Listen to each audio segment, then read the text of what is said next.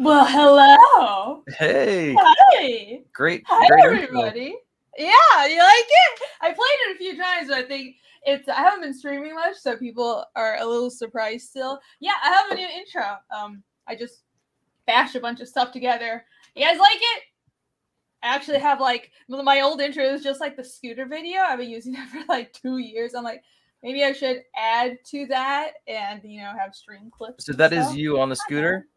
Yeah, that was actually me on a scooter Very in cool. in good old Taiwan, and it was adventurous because in the span of that one clip, it's like I almost ran into somebody and somebody almost ran into me, so it was very adventurous. People Nice. really like it, so I was like, I have to keep that in there, but add to it. Anyways, welcome everyone and welcome Eric. What's Thanks going for on? coming back. It's so good to see you again. Thanks for I'm having me. excited. Yeah, of course. We're closing out Shadow Sentry, your book today. So everybody in chat, this campaign is closing out. In demand is done, right? It's coming down. Over. Yep. Final. Over. Done. No in demand. It's in demand right now. It's gonna shut down tonight. So we're gonna stream till midnight is the goal. Midnight's Eastern time. So it's like about 2.5 hours. about 2 and yeah, a little less than we'll go a little over because we started late, but let's say 12:30, sure. Let's do it. If that's not too late for you, but I'm That fine works. with it. Cool. So yeah, you've got 2.5 hours to back this, everybody. So we're gonna talk about the comic. We're gonna get to know Eric, and it's gonna be fun. And this book is really close to getting its next stretch goal. So hopefully we can get it to the 25,000 stretch goal before it closes out tonight. So if you're watching, be sure to look at the pinned comment in the chat and back the book now. Do it. All right. While I pull up the campaign, do you want to let everybody know who you are and what is Shadow Sentry? Yeah. What's up, guys? I am Eric Minoltowski. I am a creator. I'm an artist. Been working professionally for about 15 plus ish years, and always been creating, always been drawing, and so I wanted to do my own book.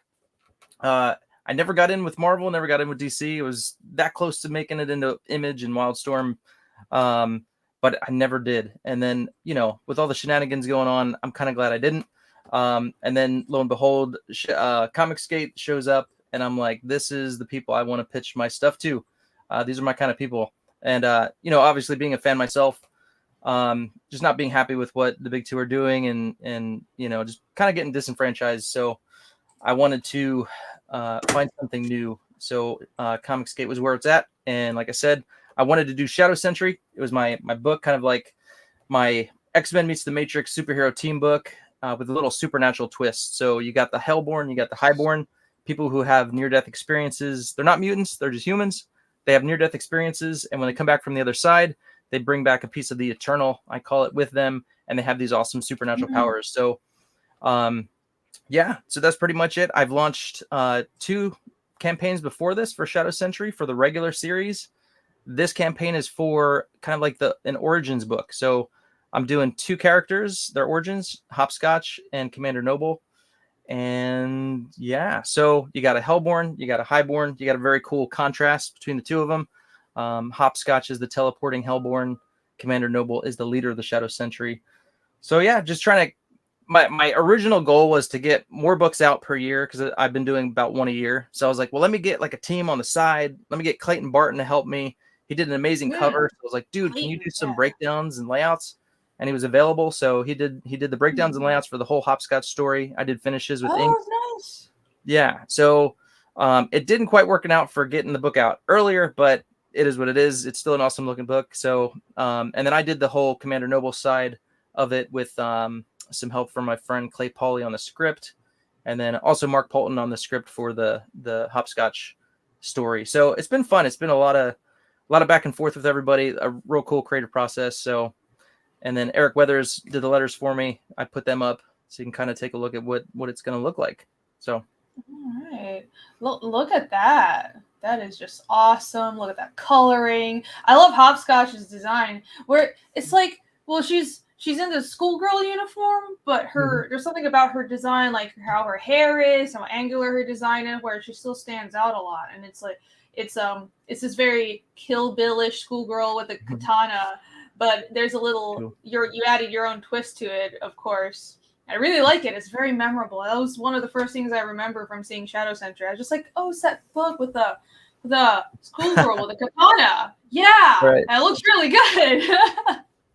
Sweet. And I forgot that Clayton did layouts for it. He's a great artist as well, so Yeah. I'm sure that'll add some extra oomph to the story. Definitely. And yeah, it was funny to over her stuff. I'm sure he doesn't use Comic Sans. Of everybody that, he is the letterer extraordinaire, right? So I'm sure he would know not to use Comic Sans. Alex BRB wants to fix her. Now, this is how you sell a comic to Alex. Just have a female character with a lot of problems, and he's like, I need to buy this. I can fix her. Gotcha. She's got a lot of problems, Alex. She could use some help. Alex has a stronger tolerance than most. Oh, we appreciate you. Hey, Eric the Guapo. Hello. Hi. What's up? Jay Scott. Oh, that is high praise, isn't it? Yeah. It does kind of have that influence. What is that one of your influences? My influences, excuse me. Sorry, I'm getting over a cold and I have this stupid cough, so I'll try and hit the mute button if I can, but no worries. Or my influence is kind of like that Wildstorm era. So Jim Lee, Mark Silvestri. I do like J. Scott Campbell. I feel like he's a little too, for me, like to do that is like a stretch, but I kind of Mark Silvestri, Jim Lee, that's kind of my wheelhouse. Mm-hmm. Cool. Yeah, I can see the, well, I mean, I don't really know American comics that well, but I can see the Silvestri. Mm-hmm. I don't know. Clayton has. Somebody's gonna kill me for saying that. Now, Clayton has a very Top Cow-ish kind of style, which I really like. That's kind of what drew me to his style and why I wanted him on this book. I thought he'd be a really cool guy to collaborate with on the Hopscotch story in particular, because it has that kind of cool Top Cow kind of feel to it. So I think it worked out. Yeah, Michael Turner, I would agree. I think it's a little more Michael Turner than J. Scott Campbell myself, but it's awesome either way. I think it's like the long, lanky people. I just saw some J. Scott Campbell's posting some of his Spider-Man stuff today. I'm like, oh man, stuff looks really good. And it was like good old-fashioned Spidey MJ romance. I'm like, that's nice. I'll go back to that. That would be great. Maybe I would actually read superhero comics again. I know. Is he ever going to do like interiors again? What's going on? I don't know. Well, I mean, do you think they would hire someone good to write and do interiors? I'm sure there are good mainstream comics out there. Just I don't see them a lot. Yeah. That would be great, though. Yeah. They did it with Silvestri. They got him on Batman, doing his own Batman story, doing the artwork. That was pretty sweet. Cool. Yeah, that looked really good. Mm-hmm. It's more like G. Scott? I don't know who G. Scott is. I can see all of those influences. But yeah, it looks really great. Look at her popping out of the portal. And these colors too. It's hold on. Sorry, I was laughing because somebody said there's 2 Polish people on stream. Yes, it is. It's 1.5 Polish people, so it's not entirely 2, but it does have a Top Cow feel. Yeah. So I remember you talked about the Hellborn and the Highborn last time. Is that right? Did I get the names right? Yep. Which that's such a cool name because Highborn reminds me of the medieval term like Highborn and Lowborn, but instead of saying Lowborn, you use Hellborn, and that just adds this fantasy element that I really love, and it starts with an H as well. I'm like, why has no one thought of that before? That's really cool. So can you elaborate on that concept? What are those 2 things? Yeah, so like you said, the Highborn kind of has more of like a high class kind of connotation, but because this is more like supernatural, kind of like spiritual, I wanted to do like Highborn and then the Hellborn. So like I said, people have near-death experiences. So when they go to either hell or heaven, they're coming back with powers. And, if you're going to hell, you're coming back with these darker, powers. And then, heaven, some, more light powers. So on the Shadow Sentry, there's Glare, who can, she wields light, just like emanates it from her body. And then Brazen, he's got this like angelic sword that he wields. So kind of playing with that, light and dark. And the cool thing about this book is you really get to see the contrast because you got one story with a Hellborn, you got the other with the Highborn, and you see like images of hell, you see images of heaven, and you kind of get this cool contrast, seeing how they each deal with like revenge. Let's say they're both revenge stories, but they deal with it in different ways. So it's kind of a cool contrast and really highlights, I think, the Hellborn Highborn concept. Yeah, I mean, that's such a cool idea to have people who come back from heaven or hell with powers. Is there a, because I love world building, is there a reason for that? Are they like possessed by a demon or an angel or something like that? Or can you not say? No, that kind of element is there, but it's not like they are possessed themselves. It's just like, what would a human do if they had some kind of supernatural power, from hell. But again, so you'll have, so I think in book one, you had some demon, things going on. But it's very like, I leave it to the actual character to determine how they use their power.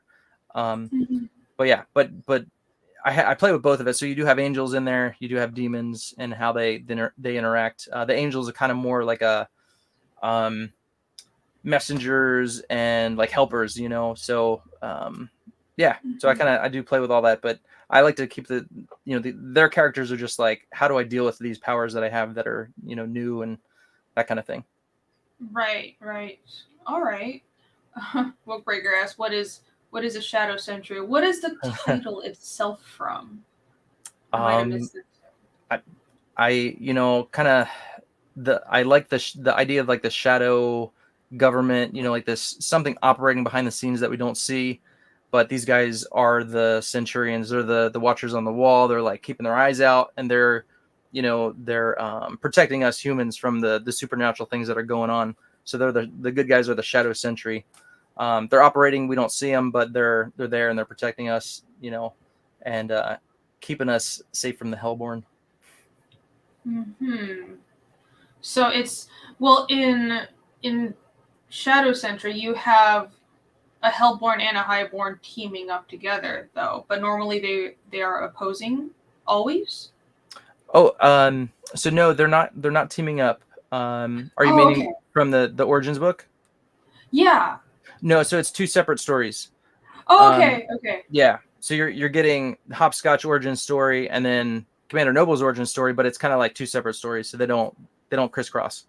Okay, sorry, my memory's terrible tonight. Okay, no. I thought it was like you had their origin stories, but they would be teaming up afterwards, or they would meet. Maybe there's something in the future.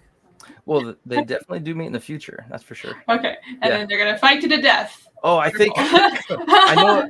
I think I know what you're referencing, because I mentioned, I think last stream that we did on this is like, so I have the regular series, and the origin stories would kind of like eventually intersect with the regular series. So you're kind of getting like the background information, and then it's gonna kind of all dive in together come like book 5 in the regular series, and like the characters I introduce in the origin stories will show up in the regular series. So maybe that's what you're thinking of. Awesome. All right. Yeah, that's what I remembered. Cool. Good to know. Who is the colors? These colors are really good. Yeah, his name is Kevin Anthony DeCastro. He did book 2 for me, and he does really good stuff. Book 1 was Jesse Hagee and my man Carbon Graphics. They kind of teamed up, and Jesse Hagee did his stuff, and then I gave it to Carbon Graphics, and he added embellishments and deepened the tones, and it kind of worked out really cool together. But Kevin, man, he does it all himself, so it turned out really good. All right. Yeah, it does look really good. These colors are, I mean, the art and the colors, everything is beautiful. Andrew J just backed. Yes! This Eric fellow is going places. I agree. This is awesome. I'm just Andrew surprised J. that, I mean, you couldn't get work with Marvel or DC? That's just wild. Back in the day, I did at San Diego Comic-Con, I submitted my portfolio, and I did get a callback and like a portfolio review, but it never turned out. I did some samples for them, but they just, they're like, maybe you could do a anthology or something one day, but never turned out. Oh, that's a pity. That's a pity. Probably for the best. Yeah. I mean, yeah, I guess. I don't know. I'm very confused by what's going on with Marvel DC, but who isn't? Right. Exactly. I would get in there. Says this is our favorite channel. Aww. Thank you. Oh, sorry. No, I was just gonna say I'd probably get in there and then I'd get like ousted because I'm too much of a conservative. Yeah, you can't have that in comics. It's not allowed. It's not like it's Yeah. half the country. It's just wild. Just wild. I mean, I feel like things.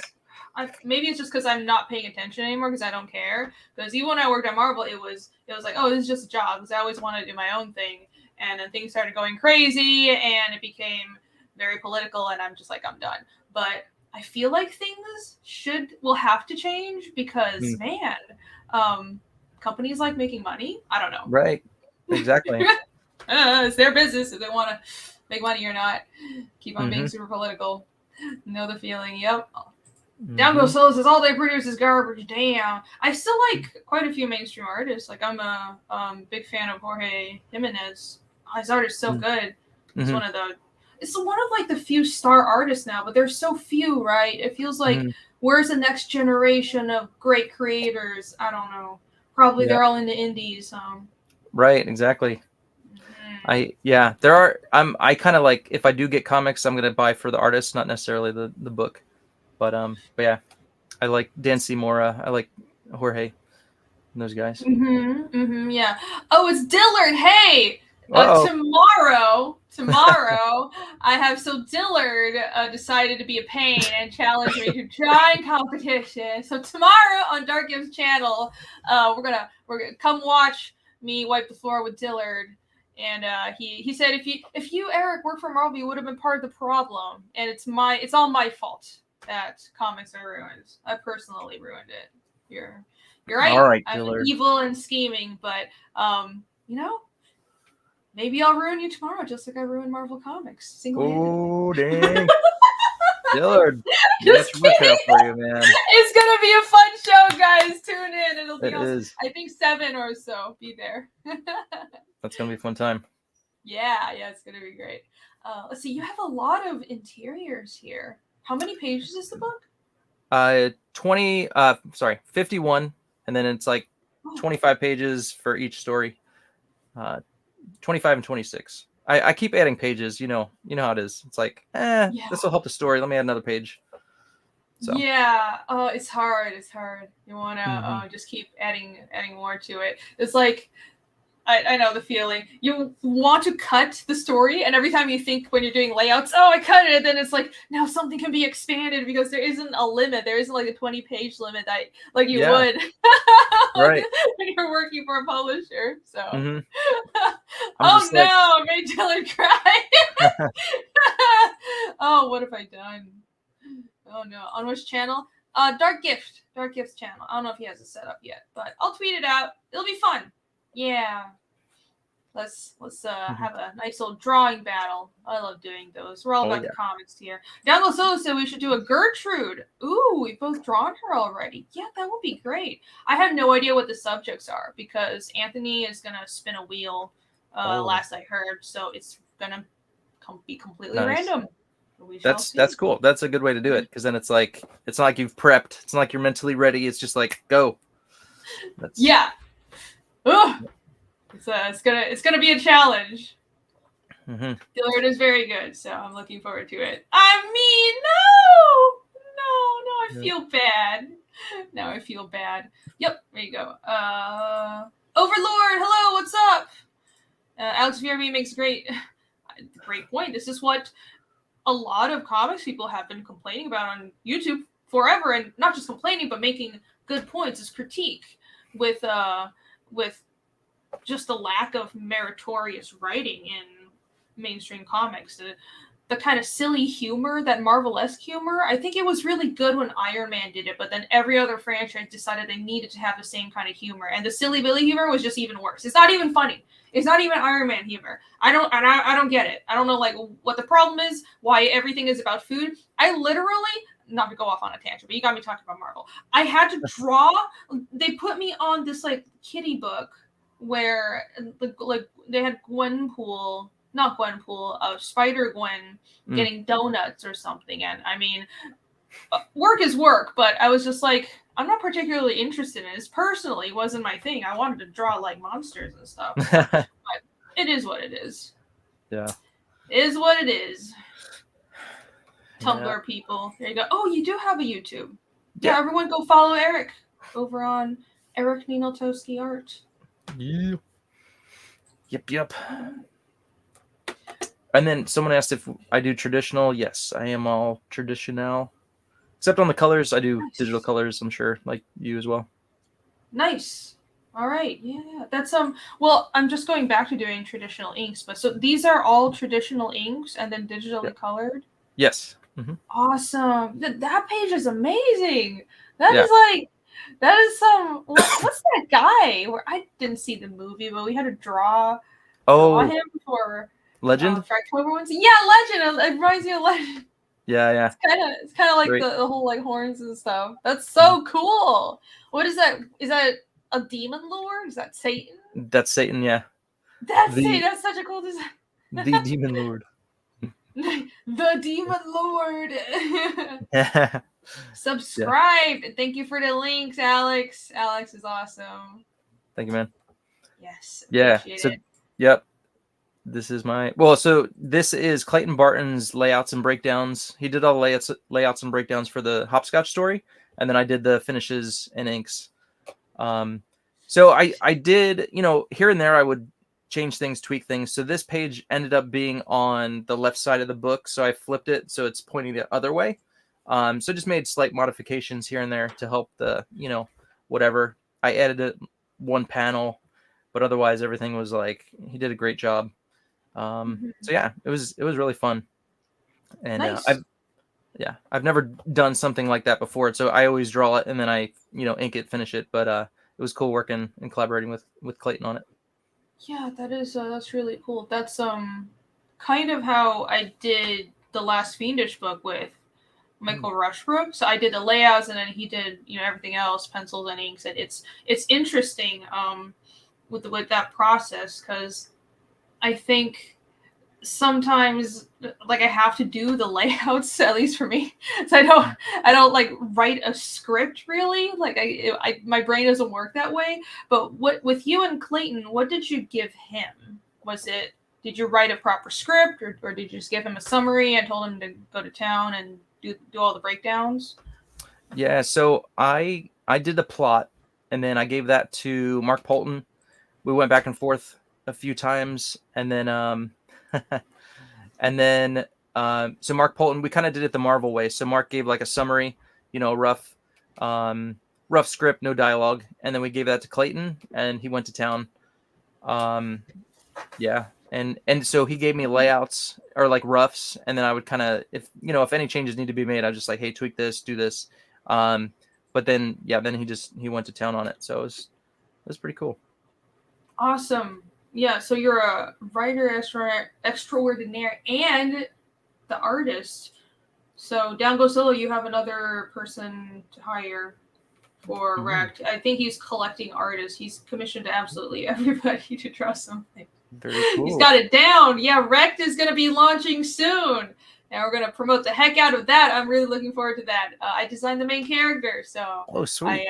I'm looking forward to seeing that come to life in the comic. It'll be great. Check it out. Sweet. Thank you, Alex. All right, let's take a look at some more of these pages. That design is so awesome. Do you have original art for sale on here? I do, yeah. Got a few different things. I'm doing some sketch cards. I did a cool little thing for Halloween where it's called Hopscotch Halloween. So I like dress her up as different characters, Marilyn Monroe, Zealot. Matt Costin did a Maleficent. I did Death. So yeah, if you want a sketch card, I can put her in any other costume as, it's Halloween. I also have pages for sale, and then I'm also offering all the rough breakdowns of the Commander Noble story. Okay. Let's scroll down to see that. This is original. What's that? So that's the artwork for one of the Hopscotch cards. So I did like 10 base cards with myself, Matt Costin, Gabrielle Geske, and then Anthony Figueroa. And then some of the original art from those cards are on here. So hers, and there's a few others. Okay. Can I double check my mic? Is this better? I have a problem with not talking into my mic. Chat, let me know if this sounds better. I just need to actually put my face towards the mic. It's hard to remember this concept for me. Your volume definitely went up. It sounds good. Yeah. Mhm. I don't know. That's probably not a good thing. I know I'm loud. Okay, I'll keep it right here and try to not lean into the pages are too captivating. I wanted to see the art, so I was leaning away from the mic. So you have that is still available, and so there's a lot of original art. All the sketch cards are on here. I know a lot of you in chat like original art, and these are all still available. So, you certainly could help the campaign a lot by nabbing a few of these, because it's coming down in 2 hours again. 2 hours, guys, until midnight EST today. Then no more. This is coming down from in demand. So if you like these, should click that little back this perk button right now. Here's a Highborn special. Is this everything? Yeah, all the books from this campaign. Excuse me. Minus like the book 1 and 2 of the regular series, but all the books from this campaign. Okay. Cool. So the Highborn special for 95. That's a deal. That's 5 books, dude. Is that 5 or is that 5 books and a print? That's 5, and then the small one is like an ashcan with just Clayton Barton's breakdowns and layouts for the hopscotch story. Oh, that is such a good idea. Huh. Yeah, I've heard so Normal did a mini comic, a little itty bitty tiny mini comic, and I know Roquefort does really small mini comics too, and I've heard people ask for layout books, and I mean you never know what people are interested in, but I think a lot of readers like seeing the process a lot, and that's a great idea, I think, and I might steal it. That sounds great. Yeah. Layout books. Wouldn't have thought people would be interested, because I think as an artist, you look at your layouts and this is chicken scratch. This is just ugly, but it's interesting to see the process as a reader, I guess. And Clayton's breakdowns are they're pretty tight, and they look really cool. And so the cool thing about that, it's like all his art. It doesn't have my finishes. It's just all his original roughs on that story. So I think it's pretty cool. So cool. Yeah, I think that is a cool idea. Halloween sketch card color is this original art as well? Yep. And character of your choice, or it'll be hopscotch, but you can put her in whatever character's outfit you desire, and I will draw it. Oh my gosh, that's a great idea. I'm surprised. What? Nobody claimed this? You got a girl. You can put in any costume you want, and nobody is buying this. Come on, everyone. What's happening? And it's only 125. I am disappointed. I would have thought everyone in chat would have more taste than that. Come on. You want to dress up this girl. Back this. Back this now. Right. And you have the big bundle. For 200. So that's all the books from the Highborn special, but then you get a metal print of each of the covers. So including the Bloodbane and the hopscotch promo art that me and Clayton did in the back there. So yep. Okay. All right. Well, it reminds me of Cable. I bet you probably get that quite a bit. Yeah. I mean, I modeled him after Cable because I love Cable. Nice. But, so I try to change them up a bit, you know what I mean? But some of the things I'm like, and too, like the gloves, I kind of made them big at first, but they'll kind of shrink down. His look changes from here and there, but he does, have that Cable look. Got it. I like the eagle pauldron. That's nice. A little armor detail like that. Hello Alpha Channel.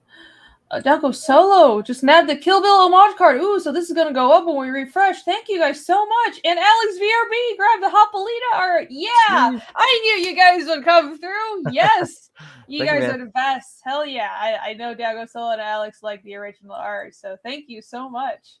Maybe you should grab it for Ragna. Maybe. You're tempting me.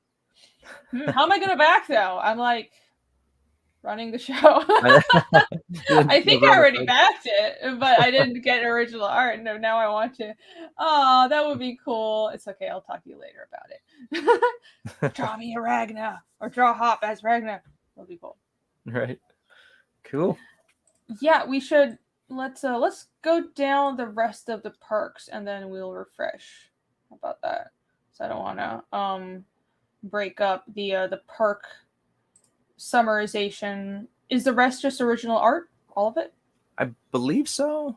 I think that might be the last one. Yeah, that might be the. Oh, and then all the preliminary art. Okay. Oh, the rest already sold. Okay. So perfect. We're right at the end. All right. Ooh, that one's really nice. Oh, that's lovely. Yeah, that's such a pretty drawing. Yeah, she has a very, very cool style. Yeah, those things look great too. So original page. 0 out of 5. The original art is still sitting here, guys. I just posted that like last night, so that's like kind of new. So you know. Oh, what? That hasn't been up? Yeah, I did put original art on the Kickstarter campaign that I did, and I sold one page, but I was like, you know what, I'll throw it up, last Hail Mary, see if anybody wants some, and we'll see what happens. Awesome. Yeah, I mean, man, I think people really like original art. You should sell it at an auction or something, but I know a lot of backers like getting original art on the campaign too. Usually they go for more on auctions, but if you want original art at a reasonable price, $350 is very reasonable for this level of interiors. You should get it here because it'll definitely go for more at auction. It's very nicely drawn, and also here, all the noble prelim art pages. Look at that. Nab it now. Hey, Gnarl's in chat. He says don't refresh unless it goes up. So this is the lore that has permeated the block group. If you refresh a campaign without the numbers going up, something adorable and beautiful is killed. So we must not refresh unless the campaign has gone up or an angel dies. So everybody, back this book now. We have hereby declare this as the facts of life. Yay! We didn't kill an angel. Save the angels. Yes. Awesome. Thank you for the links. Thank you. Now go solo. Yes, I do have fiendish merch. By the way, I have a let's almost at 23. We can at least get to 23, right? 25 is the next stretch goal. Correct. So I mean, my channel's not huge. You guys in chat are awesome. I just don't have a huge channel, but it would be great to get to 25. At least let's try to get to 23, right? Because we've still got 2 hours left. I'm sure we can do that. Let's gun for that. If a couple people nab the original art, if all the original art sells, then you would be really close. You would be way past 23. We might be able to hit 25 if people pick up all the original art. So, share out this stream and share out the campaign, and especially with your friends who like original art. That'll really help. Let's help Eric out here. Yeah. The next stretch goal is a cool Commander Noble sticker from 6 a.m. Comics. So definitely worth it if we could do it. Yeah, let's scroll down to see that. We didn't get far down enough. I've been adding like more and more and more as the campaign has gone on, so I apologize. It's really long. I hate like super long campaign pages, but I'm doing it. Yeah, I wish there was a gallery option or something on Indiegogo. That'd be cool. It's just, yeah, that would help a lot. I think Indiegogo it's not built for comics, so they didn't think of that, but that would still be cool to have. Well, I think that would help everybody. Ooh, that's a nice cover too. Look at those colors. Very nice. Who's that? That is Bloodbane. He's one of the Hellborn. Yeah. Ooh. Oh, that's a cool name. Yeah. So that cover, cool. I only printed 175 of those. So that's like a special variant. And I did the pencils. William Wolford did the inks, and then I colored it. So. All right. Nice cover there. I like the blue and red motif, because usually stuff to do with blood, you color it red, right? But blood can also be blue. And It's true. just realize that it's really nice contrast there. That looks great. Awesome. Bloodvein is a great name. Mhm. And there's a hollow. That's the hollow cover, right? Yeah. Tiny hollow cover. I think that's the one I got. I hope it is. I'm gonna have some problems if that's not the one I got. For the purist, the black and white edition. Here we go. Clayton's And book. yeah, the art book. lover. I love that logo. I remember seeing that. That logo is great. Oh, it's not scrolling correctly. Hell yeah. Is that art book something you have with all your campaigns? I have had excuse me, I have another sketchbook art book that I have from previous stuff, so I put that on I think a few of the campaigns. This is going to be a new one though, so Okay. Nice. Yeah, that's a great looking art, but like that cover design is awesome. thank you. I'm glad you think so. I was kind of like, when you're like creating stuff, it's like you just kind of throw stuff at the wall, see what sticks, but I love the just like there's so many layers in there, and like you're going to see more as you like look at it, but it was just fun to create. You got the Morgans sticking out there. The logo smack dab in the middle is very daring, but I think it works because everything else is like there's a lot in there, but it's all desaturated, so it's not. It doesn't feel like too much. Very nice, very nice. Well, Red is here. Well, Red, hello. Said he prefers Moon's blood. I don't know what that means. Wait, what? Oh, wait, no. Does he mean what I'm thinking of? Okay, let's not go there. Know. Oh, by the way, I did a awesome interview over on Well Red's channel about Fiendish 2 last Sunday, so everybody should go check it out. It was a lot of fun. It was great. And it didn't sound like they hated the book, so I'm glad. Thank you very much for reviewing Fiendish. And thank you for the link. Nice. Yeah, these are awesome. Do you take commissions? I do. Yeah.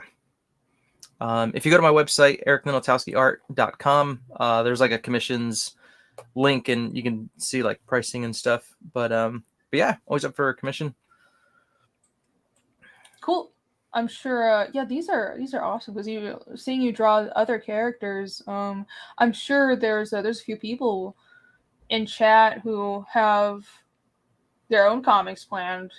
Down goes solo. I mean, no pressure, but I know he's always looking for artists to draw stuff. Look at that. Look at that cartoon. It's great. Yeah. And the cool thing about this book, I did a lot of different like CG creators stuff on here. So the chick with the wings, that is Edwin Acevedo's character. I did Phil Diaz's character silhouette, and so there's Mark Polton stuff in there, all kinds of cool CG characters. So a little bit of something for everybody, established characters, non-established, indie characters, like a little bit of everything. Nice. I got a webcomic, says Mighty Magic. Nice. Oh, you do? Well, you can shout it out. We'll let us know where it is. We're all about seeing more comics around here. Hopscotch Halloween. Oh, here are all the Halloween cards. Yep. Sweet. That is a great idea. And most of these are sold out, though. And all right, so here's the holo cover. And that's already printed. That's a holo print. So that's just a print of the cover. It's kind of like a test. I wanted to see what it would look like.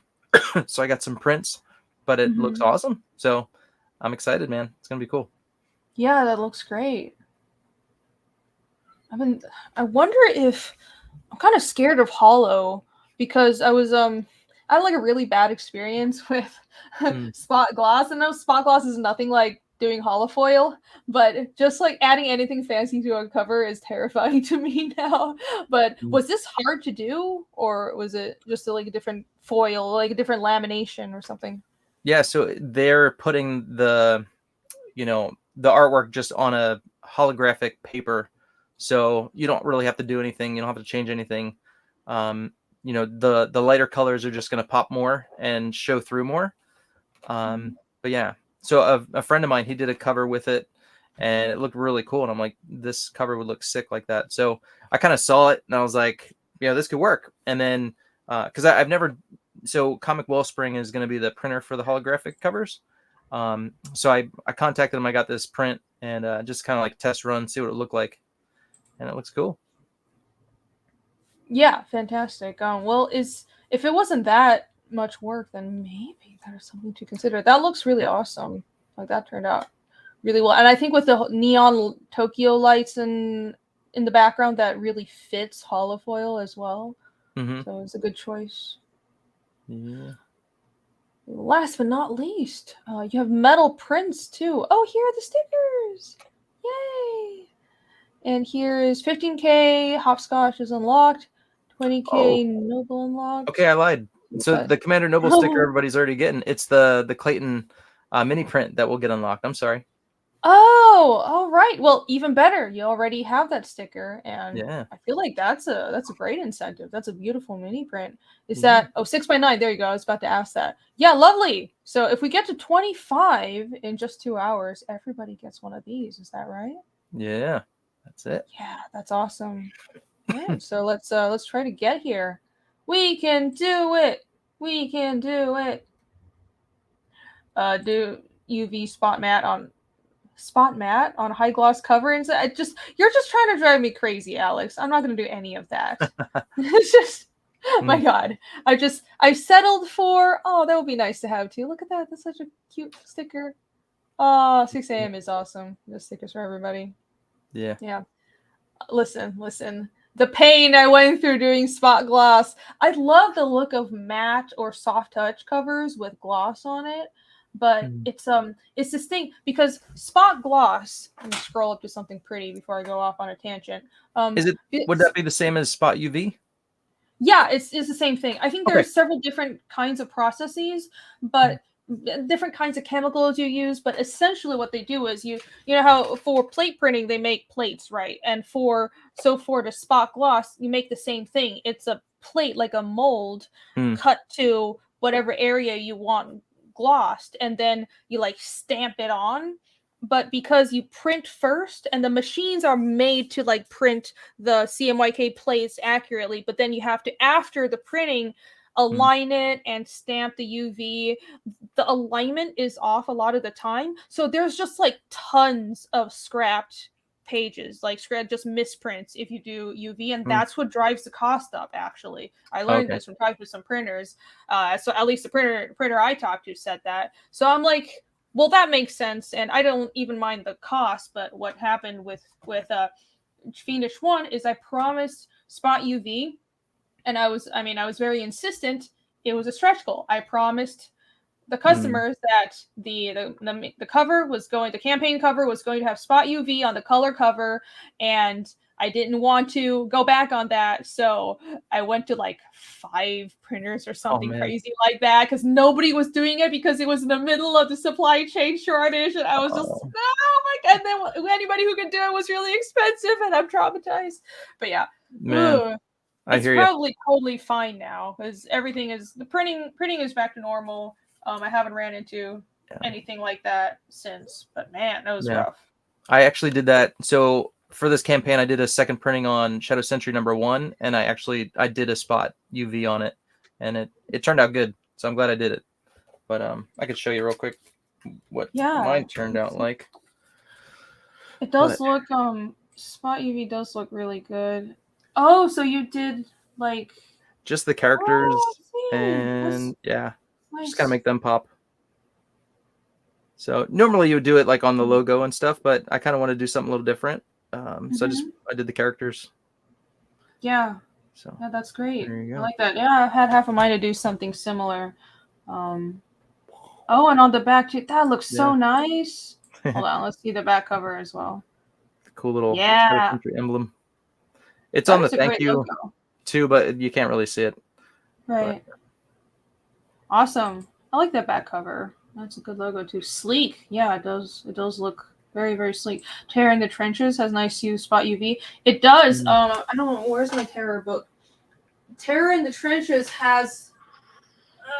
Where is it? I don't know where it is. But Vaughn used both spot UV, like spot gloss, but also foil on the text, like embossing and spot gloss. It looks really nice, and I was like, you know what? I can't find mine either. I would really like that. I don't know where mine is. I really like it. I swear I put it right over here so I could just like pick it up. But guess not. Whoever finds it first wins. I'm gonna end the stream and immediately find where I put it. Oh no! I found it. I found it too. Yay! Mine's in plastic though, so it doesn't work quite as well. Mine's I've already unplasticed it and abused it right here. Look, so that's foil, and this is obviously spot gloss on this matte cover, and it's so nice. That's cool. Oh my gosh. I was thinking this looks amazing. So going forward, I want to just keep my normal covers for Fiendish nice and simple. So it's just like matte or soft touch lamination or whatever. But I want to do trade paperbacks or like maybe hardcovers or something, but some kind of collected edition. And I want to do something like this. Just this reminds me of those like deluxe Berserk books with the whole red on black, like glossy red on black. It just looks so nice. And combining with UV, this is like high class. This is classy. This is a sexy, classy cover. When this cover drinks tea, it has its pinky out. That's how classy this cover is. So I need to learn this class. Is it true though? Like I heard someone said recently in China, like you can't put your pinky up because it's like means something bad or something. Oh yeah, this is like it means. I thought it was universal, but it's not. It means like, what's the English word? Somebody's woman, side woman, chick. Oh, like mistress. Yeah, like this is the symbol for that, as far as I know. At least in Taiwan, that's what I don't know. I guess it means the same thing in China. Yeah. Oh, I'm surprised somebody knew that. What my daughter went to a tea party and somehow the girls were talking about that, so that's how I found out. Oh, but, all right. Interesting. But, yeah. Don't ever do the that from what's his name? Oh yeah, yeah, that would mean something else. Oh, you're calling someone's girlfriend a hoe. Yeah. I think I'm sure they know about the whole you're drinking tea like that. I'm sure that's not right. Yeah. No. We'll let it slide. It's like the whole how Germans count like 1, 2, 3 instead of 1, 2, 3, and I'm like, y'all weird. But remember that was in Inglourious Basterds where he did this and that gave him away as not German. I'm like, that's such a tiny detail to think of. Right. But and some people will do the, the what, like this? Yeah. Well, 3. Yeah, like it feels so unnatural. Yeah. I mean, I kind of get this, 2, but 3. I don't even know. And then it's like if it's 7, I was taught to do this 7, 8, 9, but I guess other people do it differently. I don't know. Yeah. 1, 2, 3, 4, 5, 6, 6, 7, 8, 9. Oh, whatever. Nobody cares. Nobody cares. It was a great scene. That was an enjoyable movie. But yeah. Dr. Evil. I gotta go back and watch those again. It's been too long. I want to, but I have other movies to catch up on. Just I have to go down my long list of American movies that I haven't seen yet. Oh, where are you at? What's next on the list? Just out of curiosity. Probably Never-Ending Story, because Allie has been bugging me to watch that. Either Labyrinth or Never-Ending Story, and I haven't Labyrinth seen those first. yet. Do the Labyrinth first. Yes. I keep on hearing Labyrinth is like mind-blowing, just amazing for so many people. So I'm like, okay, I have to watch it. And, my daughter, I told you it was her 4th birthday today, so proud daddy moment. She wanted to watch the Labyrinth, so she was watching that this morning. So cute. Oh, happy birthday. She's not here, but it just makes me so happy. That's adorable. That's so cute. If you wanna give Eric's daughter a really awesome birthday, back Shadow Sentry right now. It'll be a birthday gift for her. That makes sense. Yeah, 10% of the proceeds will go to my daughter. Yes, She's 4 years old today. I mean, probably would, you know, you could, if this book makes $1 million, then you'll help her have a good education. That's your gift to her, everybody. Help this adorable 4-year-old. That I don't know what I'm trying to do, but back this book. That's right. Get this book now. The Dark Crystal. Dark Crystal. Yes, I do have to. I mean, I do have to watch Dark Crystal. I've drawn it so many times, but I haven't seen it. It's stupid. I know. It's dumb. It looks right down my alley. Yep. Yeah. Mighty Magus is back this book. Awesome. Yeah, let's go down the perks again. Thank you, man. Let's see. Let me scroll up to Yeah, the Dark Crystal was different. So they're both Jim Henson, but for me as a kid, like the Dark Crystal is too weird for me. I think because it was all puppets, whereas the Labyrinth you have like humans and puppets, so it's kind of like a blend. But for me, I don't know why, but the Dark Crystal was just kind of creepy. I'm cool now. I'm all right now, but as a kid, it was like weird. Oh yeah, I could see how that was. I don't know. Kids are weird though, because you remember that dinosaurs show? Oh yeah, with like the creepy ass puppets, and that wasn't weird to me as a kid. I thought it was great, and now it's like this is like a horror show. It's so weird, and it's all janky looking humanoid dinosaurs, but like I had no reaction as a kid. I just like dinosaurs, but like, so I wonder would most kids like Dark Crystal? Yeah, I think it depends on the kids, because my wife, she was like, no, totally not into it, but her sister like loved the Dark Crystal, so it's probably just, you know, depends on your personality. Like my daughter, my 4-year-old, she like loves anything weird, scary. She loves The Nightmare Before Christmas. She loves The Labyrinth, whereas my other kids were like, you know, they could care less, you know. So it's so it's really just natural. Everybody's personality is different. Yeah, that's cool. Ah, it's so adorable. Feels like she's me at 4 years old. I feel a kindred spirit. Yeah. Legend was great too. I guess I have to watch that too. I don't know. There's too many movies to watch. It's insane. I have watched some American movies, believe it or not, just not most. Dinosaurs, Land Before Time, which I didn't even know there were that many sequels. I just saw we had the first one on VCR, and I just watched it over and over and over again. Right. And I mean, I've heard that the 11 sequels ruined it, but I don't know. I just really liked it. It was like, oh no, Littlefoot, more dead moms. Oh no, so sad. Kill the dinosaurs. Yeah. I think we watched that when I was in elementary school. We'd have like assemblies, and they'd bring us all in. We'd watch like movies on the projector wheel, and like I remember watching Land Before Time in school. It was pretty cool. It's one of those ones that stick with you. Sarah, the Triceratops. Yes. Oh my gosh, I know. Someone said I should do watch parties where I think I would get struck. That would be a fun idea, but I don't think I could stream that even. That would maybe do, I don't know, recordings. I don't know how it works. Yeah, you would get struck for that content. But yeah, I'm getting distracted. Let's go through the perks again. So this is a featured perk. What is in here?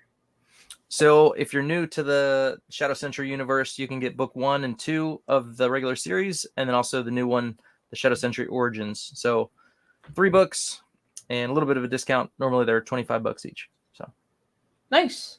All right. And these are all pretty big books, right? How many pages is each? Yeah, average 50 pages. The first one was 54. Book 2 was, I think, 50, and then this one will be 51. Nice. That's a good amount of pages like that. I think that's 50 to 60 is what I like, at least, but I know, having drawn a few books, it's a lot to draw more than 60 pages. You start kind of going stir crazy. You just like want a break. You just like get those colored, and then I feel like that's about the limit for most artists. But with crowdfunding, with the higher price point, I think 50 to 60 is like a really nice spot. So I like that you're doing these larger books as well.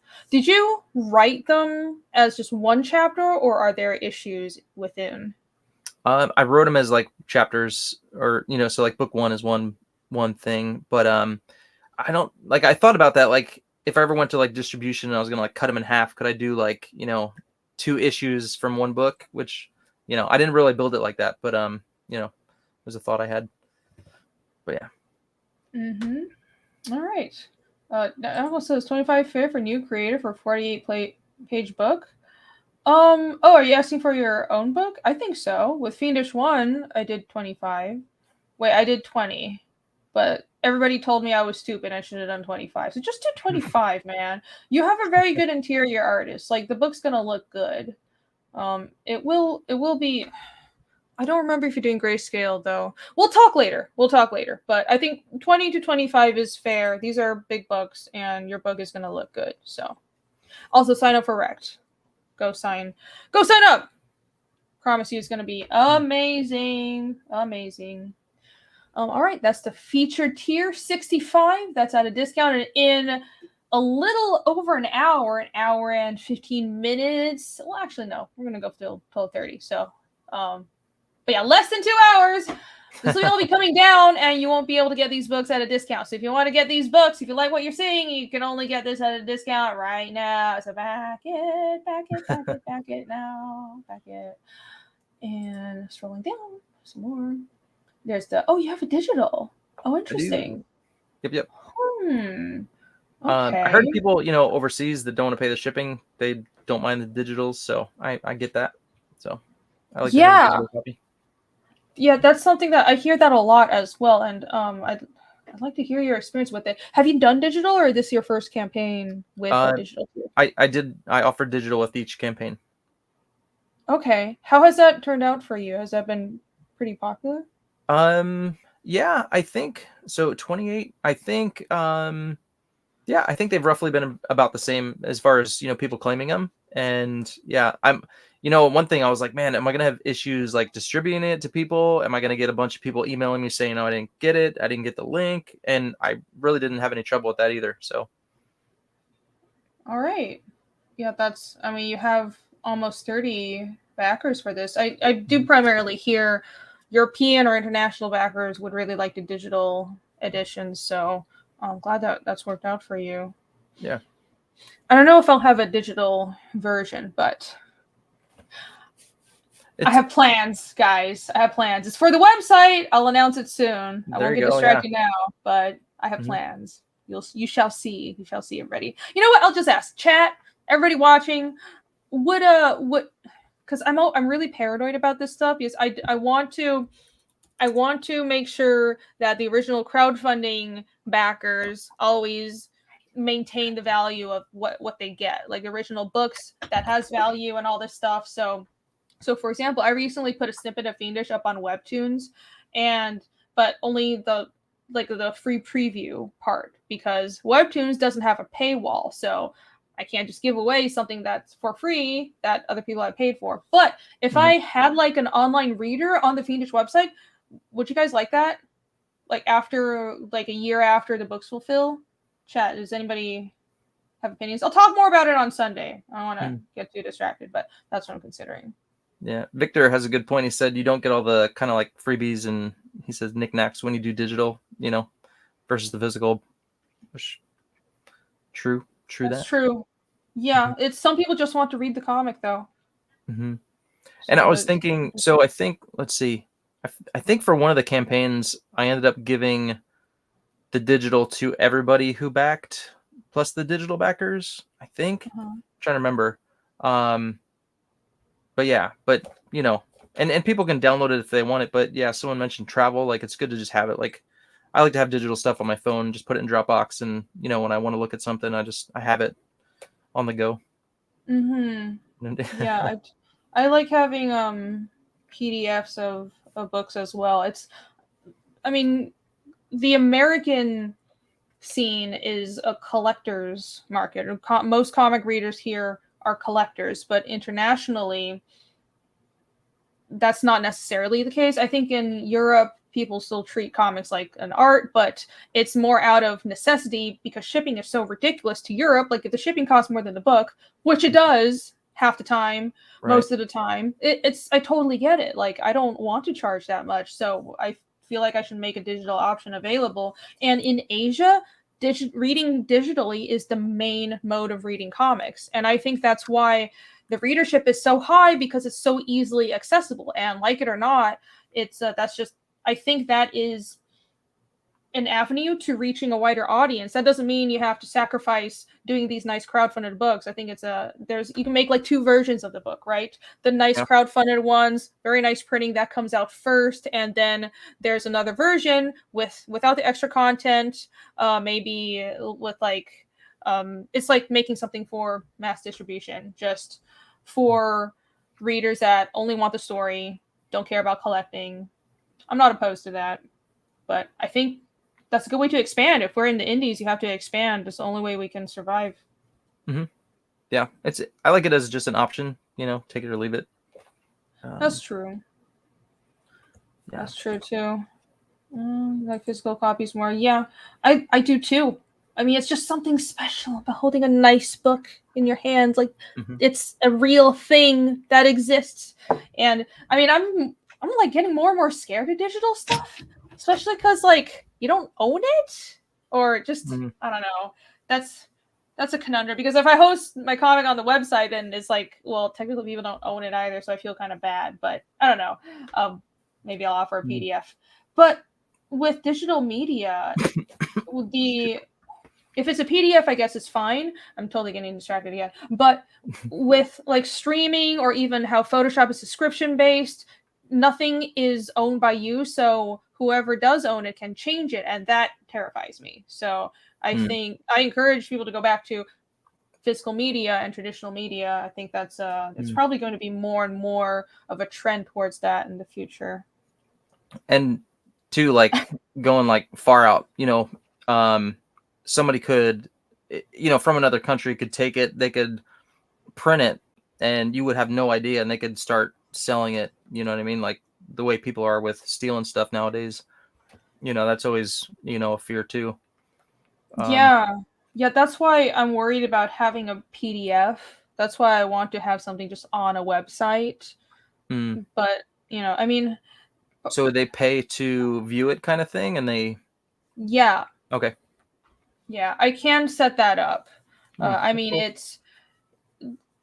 Usually I don't like that kind of stuff personally. Like, I would buy a physical book, and like I said, I don't like the idea that you don't own it. But in this case, I just want to make it as hard as possible for somebody to pirate it. Though, truth be told, if somebody was going to pirate my book, I mean, it would be annoying, but I would take that as, oh, I've made it.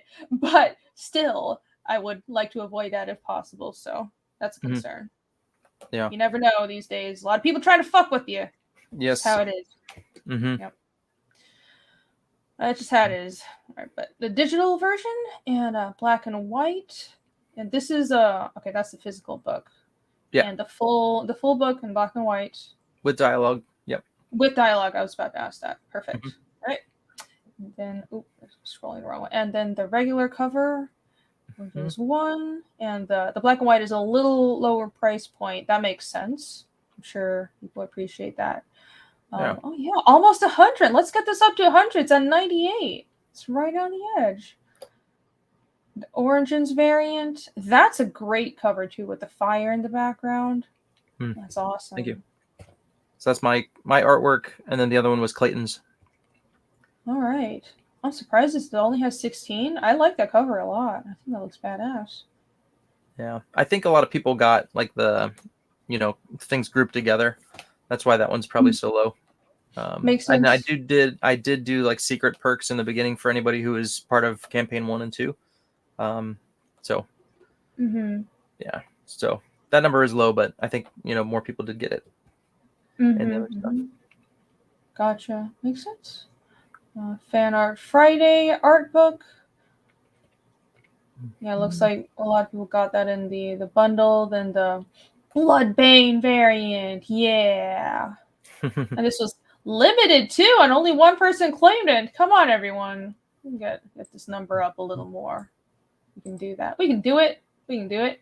And the sketch cards, not trading cards, the holo poster, and all the original art. Mm-hmm. And holographic cover edition. I think I got this one. I better. I hope. I'm gonna have a talk with myself if I didn't end up getting that. Yeah, catch up and more original art. Fantastic. What is the overall scope of this project? What do you mean as far as? Do you what is your Oh, project plan? Do you know what is coming next? When is it going to end? gotcha. Yeah. So, sorry, I have this tickle. I'm like trying to hold it back, but No, it's okay. It's okay. Don't worry about it. You're sick. So yeah, so the regular series is ongoing. I'll do it as long as I can. The origin series would be, I'd like to hit each character if I can. But so book 1 and 2 would actually be Hopscotch and Commander Noble's story. So this is like part 1, part 2. In book 2 would finish it off. So you kind of get a little bit of each, and then in the book 2 it'll be like you get their full story. And then I would start on a new character, most likely Marcion. He's the leader of the Hellborn. And just hit all the characters that I can, and then kind of do them parallel to the regular series. Yeah. But I do have another idea that I'm messing around with called Battle Mode Omega, and it's like a kids book. And a lot of people are saying it'd be cool to have some kids books out there, so that's something I wanted to work on as well. And so yeah, so that's kind of like my next thing I'm working on right now too. Nice. Yeah, That's good to hear. I think there's not that many kids comics out there, and all ages comics, and I think we do need that. It's not not something I'm good at, but I hear a lot about how in America there's a whole generation that just didn't read comics because there wasn't anything good. And on top, at least from what I see, it's on top of there just being a whole generation of comics that weren't really that good. There's also this whole trend of making comics, everything has to be dark and edgy, which is fine, but you need like real diversity, which is diversity of content and ideas and genre, and there wasn't that. And I don't frankly see a lot of good kids comics out there. Honestly, the one I would recommend is I really like the Avatar comics. Those are really good. Yeah. I saw those. We actually bought one for a friend of ours who liked the series, and I didn't even know the comic was out, and I went to the local comic shop and I saw it sitting on the shelf. I was like, oh, cool, and I got it for her. But yeah, I really like that series. Yeah, it continues the Avatar: Last Airbender, not Blue People. It continues after the TV show, and it's been out forever. I'm surprised people don't know about it, but it's really good. It's drawn by Gurihiru, and there are two Japanese ladies, and they do awesome work. It's like anime but not anime, and it's just absolutely beautiful. They're really great storytellers, and it fits the show style. It's like that kind of half anime look, and it's I think it's very well written as well. So everybody check it out. I think that's definitely all ages.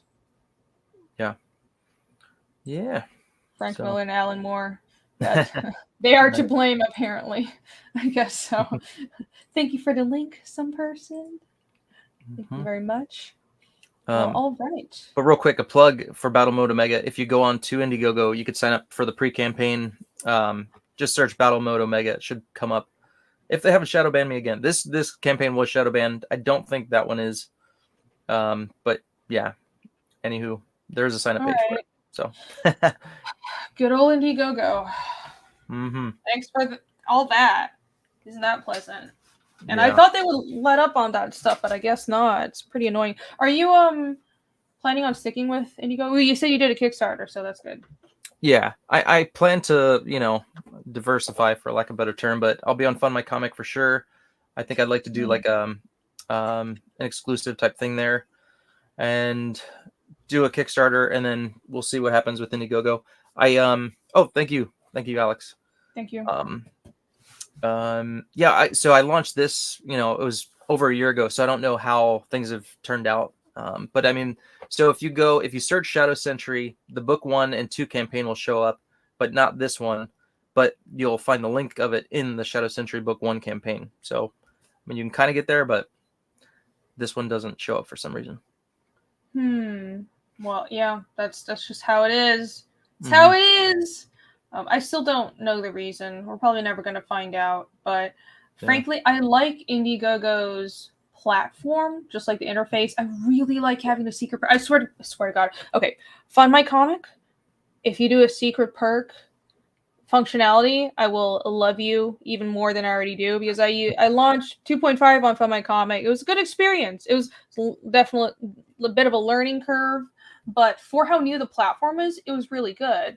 But I love secret perks, and Kickstarter doesn't even have that. And you know what happened? What I was able to do with 2.5 was, okay, so I launched on Fund My Comic, and then that was a launching platform. But then I ran a secondary campaign on Indiegogo, and because Indiegogo had the secret perk functionality, I made a secret perk that had discounted shipping. I sent that link out to everybody that backed on Fund My Comic, so they could effectively add on the Indiegogo variant, because I have a variant, because my campaign covers were different. So that made it really, I think that worked out really well. I just really, that specific thing personally, I really like. And Kickstarter's interface, terrible. I don't like it at all. I mean, I probably will use it because it's a big platform, and Lord knows we need the help, but damn, it's terrible interface. And I hate the whole getting the address afterwards thing. I'm like, ooh, why? Why is this the biggest platform? Stupid. Yeah, it is what it is. Did you have a decent experience on Kickstarter? I did, yeah. I didn't raise too much on there, but I mean, for the most part, it went okay. Okay. Trying to think. Yeah, I don't remember any hiccups really.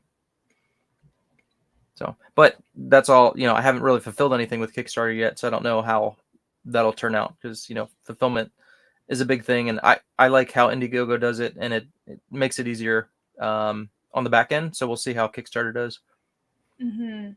So. Yeah, I'm curious. I'll pick the brain of a few people who used Kickstarter. Maybe I'll bother you. Not too much though. I'm curious, because the way things are structured on the back end makes a huge difference when you're fulfilling and managing things as a creator. Just being able to sort through, like, it's how the platform lets you sort through the backer list and items that matters a lot. Like, that stuff is, especially if you have a substantial amount of backers, you need that, which hopefully you do have a substantial amount of backers, because that's what we all want. So yeah. Good a friend of mine did say that he had trouble with, I think, maybe the add-ons. The add-ons were super difficult to navigate with, like, teaming them up with the people who actually got them, because it's like a separate list or something. And so that might be a pain in the neck, but we'll see.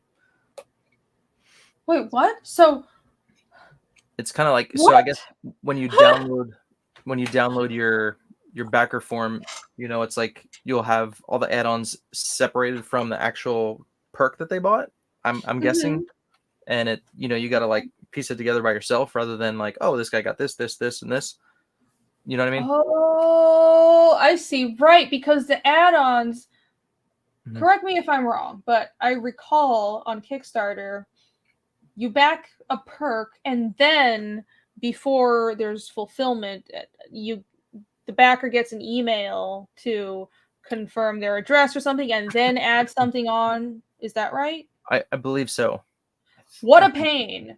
Right, and then it shows up on the back end as two separate lists, right? I believe so. At least that's how I took it when he explained it to me, because he said that was like the only thing that he didn't like about Kickstarter. So. Yeah, what a pain. Well, I fulfilled with RJ, and RJ is a wizard.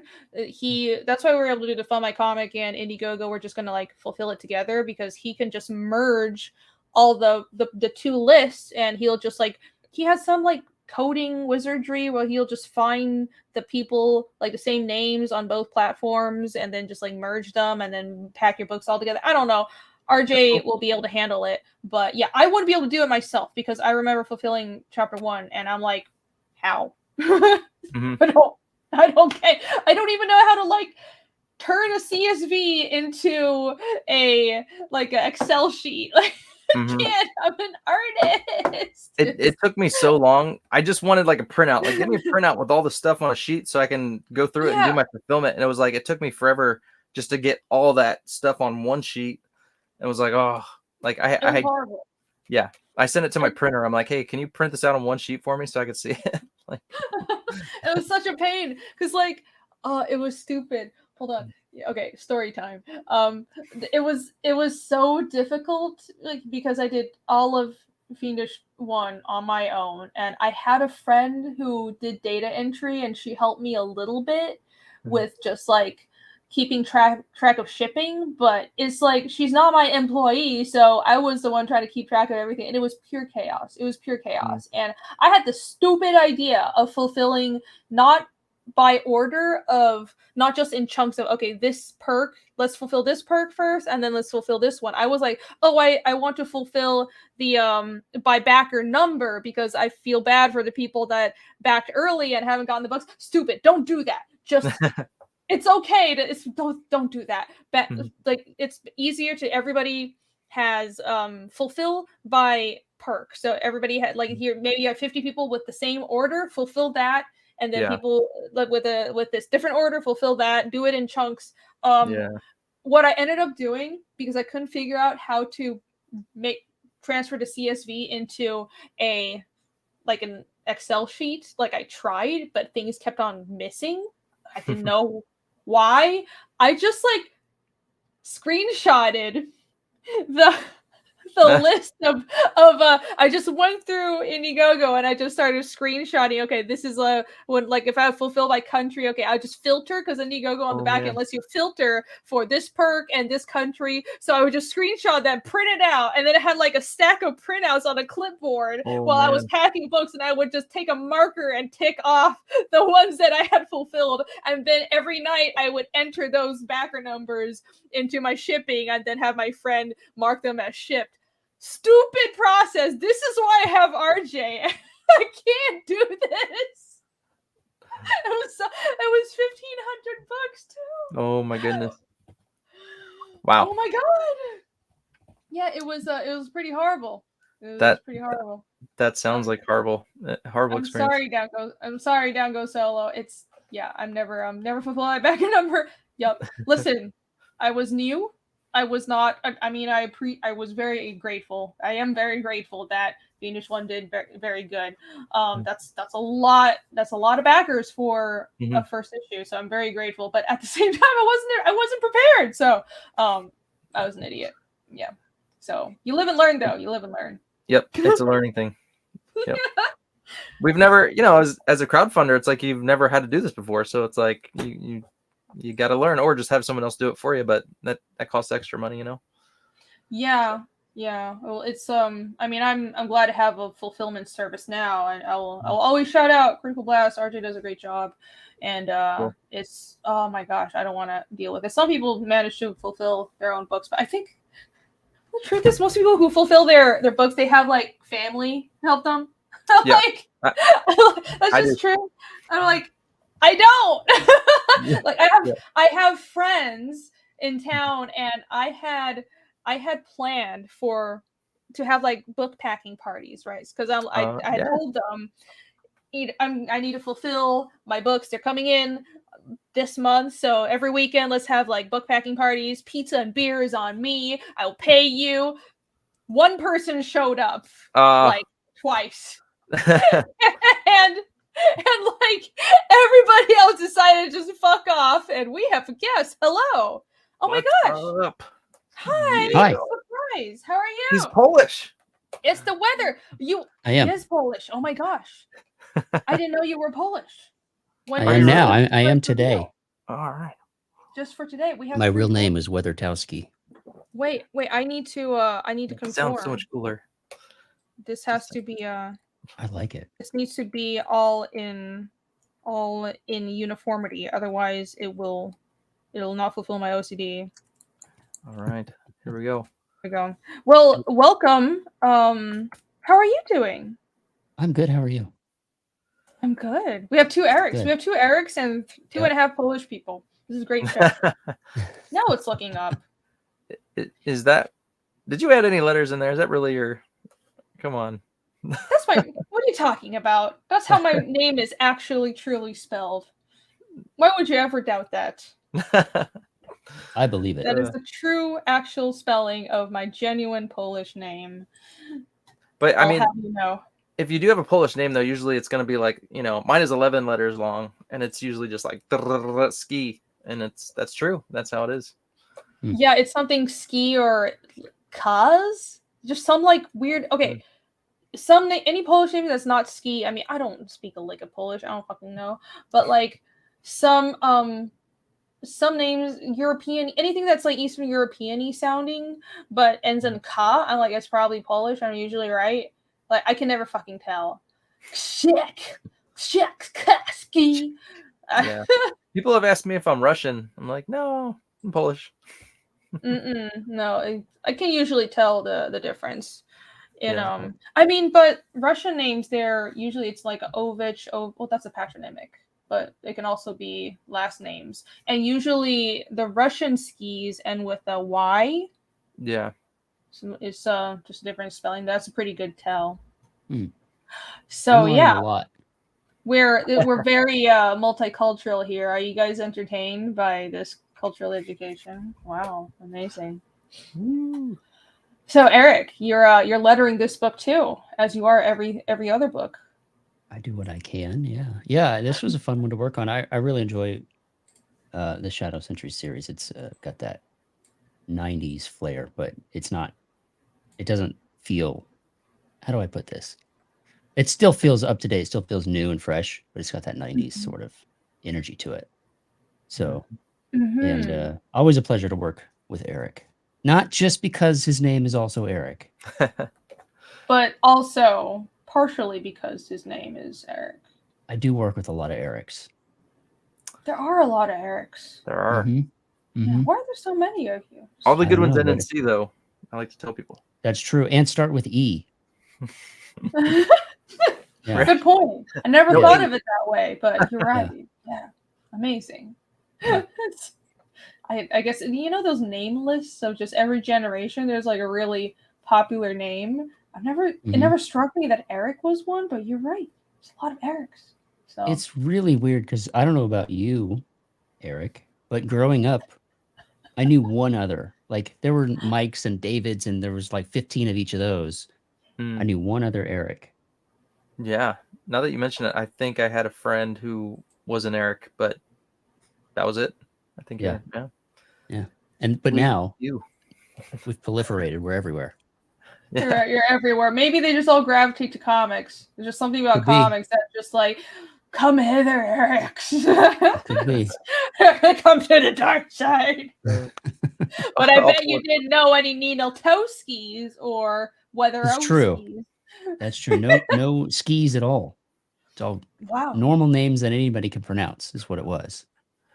Well, speak for yourself. I grew up with very easy I do. names. It was all like Chen and Lin and but yeah. Lots of Davids. Lots of Davids. Yeah. My middle name is David, actually, and my dad's name is David. Oh. So is your dad's name David Eric? No. Okay. I think it's David Joseph, I believe. But my son, so he's Avon David, because I had to get a David in there. So keeping it going. Wait, so how many generations has this been? I don't think my grandfather's name was David. What if it was just like a generational thing where everyone has that middle name, but you like change up the spelling a bit? Like, I don't know. I feel like I would totally start that trial. Just be like, you must use this middle name, but just do like weird spellings, or I will come and haunt you as a ghost or some shit. I don't know. We have the same. We have the same thing with our middle names. My grandpa, my dad, me, and my oldest son all have the same middle name. I don't know how that happens. That's weird. Aww. Yeah. I think Some of all the names out there, the chances of us all having the same middle name's pretty low. Amazing. But yet somehow it happened. It helps you not You're like just forget what born with an ordained name. you know. Mm-hmm. I dig it. What a coincidence. Hey, Shelby's in chat. Hello. What's up? It's the Shelb. Hi. Welcome. And thank you for the links. Sign off of Battle Mode Omega. My new Magic said he's Romanian. Well, the only Romanian I know is Romanian. V. Yeah. So I like Romanians because my impression is just V. And he's cool. But yeah, all right. I actually am very fascinated by names because I like world building, but I don't know how interesting this is for everyone else. But honestly, this is very riveting stuff when you start thinking about fantasy worlds and how different cultures have naming customs and shit. But I'll talk about that some other day. Stuff is fun. Someday I'll start I want to do world building videos for my YouTube channel, talking about like different things in the world of Fiendish. Chat, let me know if you guys would like to see that. It's a good idea. I feel like Things to consider. Like, I could see that would be actually very beneficial. Wow. I like that. I mean, honestly, it's stupid that I haven't thought of doing that earlier, which, I mean, I think starting out doing YouTube, you kind of try what other people are doing. And then, but now I understand what I want to do, and I can ramble on about stupid shit like tree rings and names for hours. So that's what I'm going to do, and I don't care if it's weird because that's what I'm good at talking about, and so you guys will have to suffer it, and somebody will like it. That's what I realized. As long as it's like on YouTube, as long as it's genuine, like somebody will like it. So you just have to find those other weirdos. Yeah. So your campaign comes with a map, so you can make up your own language. I mean, you could do the whole thing. Yeah. Yes, it'll happen. Yeah. We're overdue for a refresh. So are we going to save an angel? Don't make me kill an angel, everybody. Come on. What did I walk into? Oh, nothing. Everything is fine. That's the lore is if you refresh and the campaign doesn't go up, there's apparently an angel dies. And then doesn't lose its wings, just straight up dies. Hey, listen, I didn't come up with these rules, okay? Blame Narwhal. If you ever wondered how angels die, this is pretty much how it happens right here. No, I feel like it's getting weird. Yay, Dico! Almost at 23! Come on, we can do it! We can do it! Yeah! If somebody got the original art, let's scroll down. Just to remind everybody that there is original art on this campaign, and once again, this campaign ends in like an hour and a half. So we're gonna go to like 12:30-ish or so, something like that. And you won't be able to get anything on here anymore. It's coming down. It's in demand right now, and it's coming down from in demand. So if you like original art, and of course, I mean, if you like this badass looking book, you should back it. But more importantly, because I know there's a lot of original art lovers in my chat, you guys would be happy to know there's still original art. Look, there's the sketch cars here. Nobody has backed these yet. These are one-of-a-kind pieces. And Eric had just put up interior pages. And it's only 1 out of 5 claimed. So if all of these can go tonight, then we'll definitely be past 23,000. And maybe more. So there's only 1 of these. So who will be the amazing savior that'll buy these? This is a huge discount. Our normal price is $500. That's a lot. Goddamn. That's $150 off. So it really is. It really is. And these are really good pages. It's not just something nice to put on your wall, which it is, but art is straight up an investment. This stuff will increase in value. So this is a great deal. $350 is a steal. You can only get it now for this price. So back it. Oh, get this here. Oh. So Eric, I gotta know. I haven't watched the stream. I've been busy. I put together a new desk. I have an automated standing desk now. I can push a button, and in 5 seconds I'll be standing instead of sitting. I feel like I'm in the big leagues. Rainey's got to what's beat those. She's already got one of those. What? Me? I do, but I always sit at it. Oh. Which, I have which a is- I had one that was a hand crank, and it just got tiring to hand crank it. But now I just push a button and Nice. away my I God, go. I did the same thing. Ooh. Did you Derek, I get did it? the Did same you get it thing. at Costco? I'm curious. No, I got it at Flexi Spot, Okay. the website. So it's Yeah, man. I just got it today. My kids helped me put it together. Are you It's- standing right now? Looks like you're I'm standing right now. Oh, wow. Nice. Are you Standing are right you now. sponsored by them? Do you want to I shout should out be the at this test? point now. I got it. Should post a It's I link got the in big chat. one, the Let it- E7 Plus, E7 Pro Plus, whatever. It's got 4 legs. It's sturdy as all heck. So And does it love it. like tilt as well? No, but I don't draw. I draw. Okay. I was using my drafting table flat as my desk, so now I have a drafting table again. Nice. Yeah. So there we go. But I digress. What's next for Shadow Sentry? You're wrapping this one up. Now, I know Yeah. you have another project working, but what's next for Shadow Sentry in the vein of that? So universe? yes, next we go back to book 3. So no spoilers, but Jason, he gets let's see, hold on. I don't want to spoil anything for anybody, but at the end of book 3 or 2, he goes through a kind of transformation. So he shows up, he has another transformation, which will be cool, and then you get another big battle between the Hellborn and the Highborn, Shadow Sentry, and Vengeant and all those guys, Bloodbane, Hopscotch. So yeah, so book 4 would pretty much close out the first story arc, and then we go into book 5, which is going to introduce some new villains. Which I was telling Rini earlier, you'll see more of those as you go through the origin stories. They're called the XI Hunters, so you kind of learn who they are, and they show up in book 5 in the regular series. And yeah, you know, some more cool characters. So they're kind of like the killer hunter squad. And one character in particular, I can't wait to draw. His name is Killstride. I love names, Rini, and Killstride is just a badass Their names name. are awesome. I can't wait Dude, to. yes, Bloodbane. Even the the Hopscotch. You know, Hopscotch is a great one too. Like you understand the character just in the name. You know, you look at her, you see her name. Okay, I get her. You know, it's perfect. It has a vibe, like it has a ring to it. Yeah. Yeah.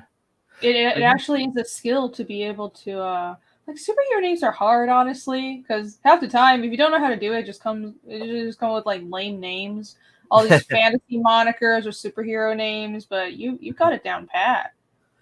Yep, I like me a good name.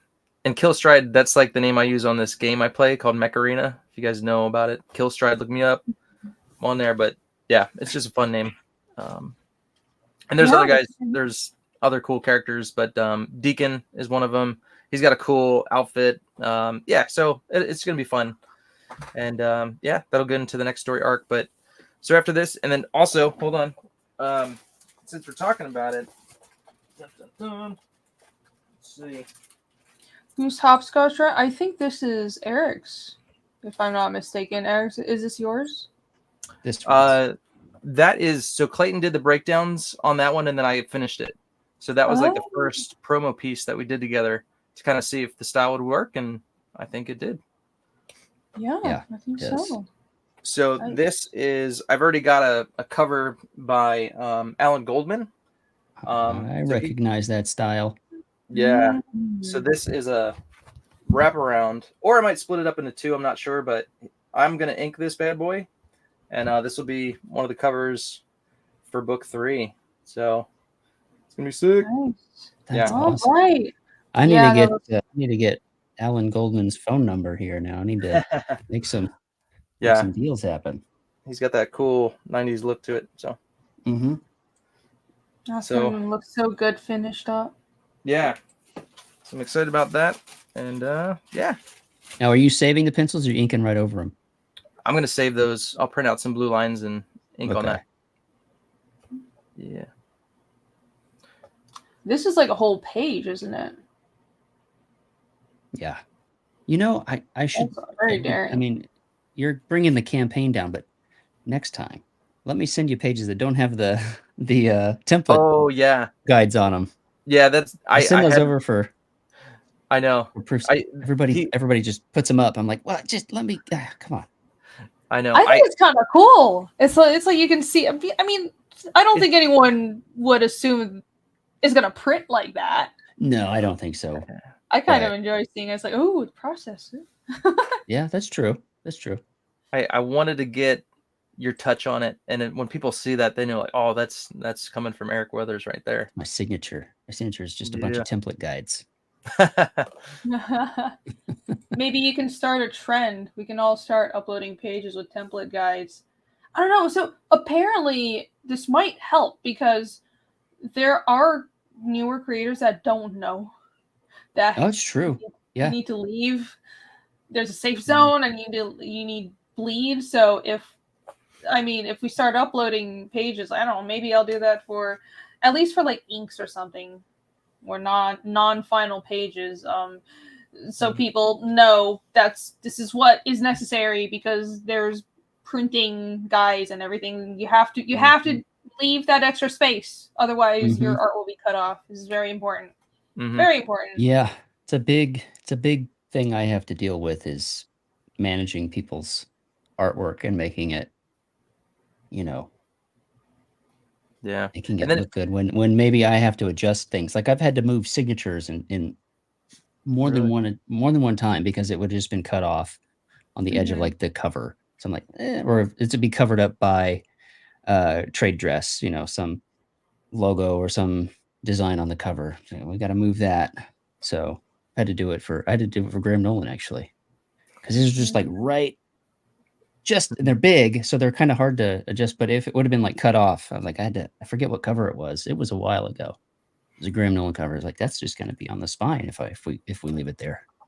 Yeah, it happens. I mean, even when I draw, because when something is just a pinup or you're drawing traditionally, even if you keep it in mind, it's sometimes a signature would look better in one location, or the title would look like. I have to extend things or just move the signature all the time, even for my own stuff. It's just like, I don't know. Yeah. Maybe some people are better at it. Not me. So do you do pre-press work as well? I guess you do, Eric? Yeah, I do. I've done dozens at this point. Obviously, I do all my own. I've done and at the Rippaverse, I've done ISOM 2 all the way up through.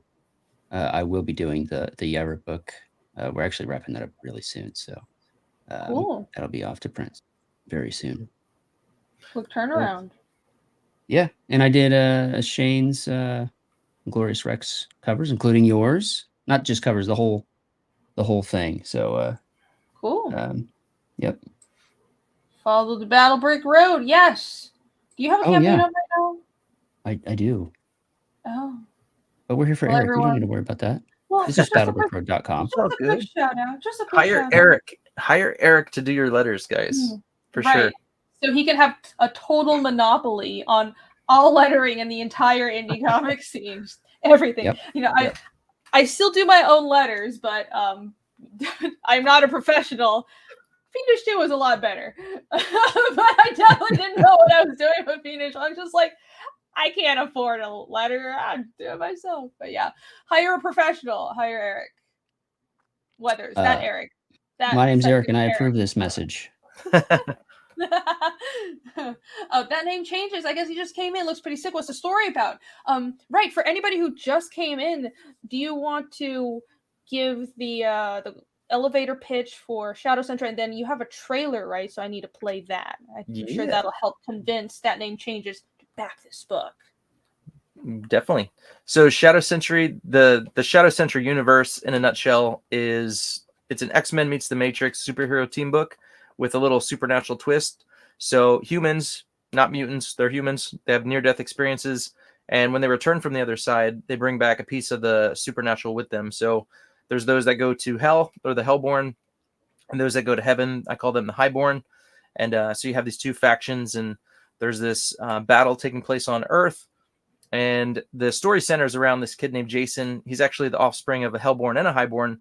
and so both sides are kind of like, after him, trying to get him to their side. So the first story arc is heavily, revolves around Jason.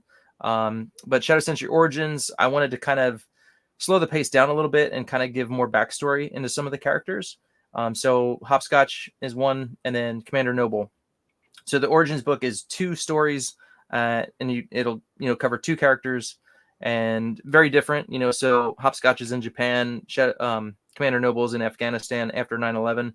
But they're very, the neat part is they're both revenge stories, and so you kind of see the contrast of what's a Hellborn's revenge look like versus a Highborn. So kind of a cool contrast there. But there will be lots of blood. It'll be a lot of fun. So yeah. All right, lots of blood sounds good. I like it. Here we go. Here's the Commander Noble pages, and I it's not. It will be. Oh, sorry. Go ahead.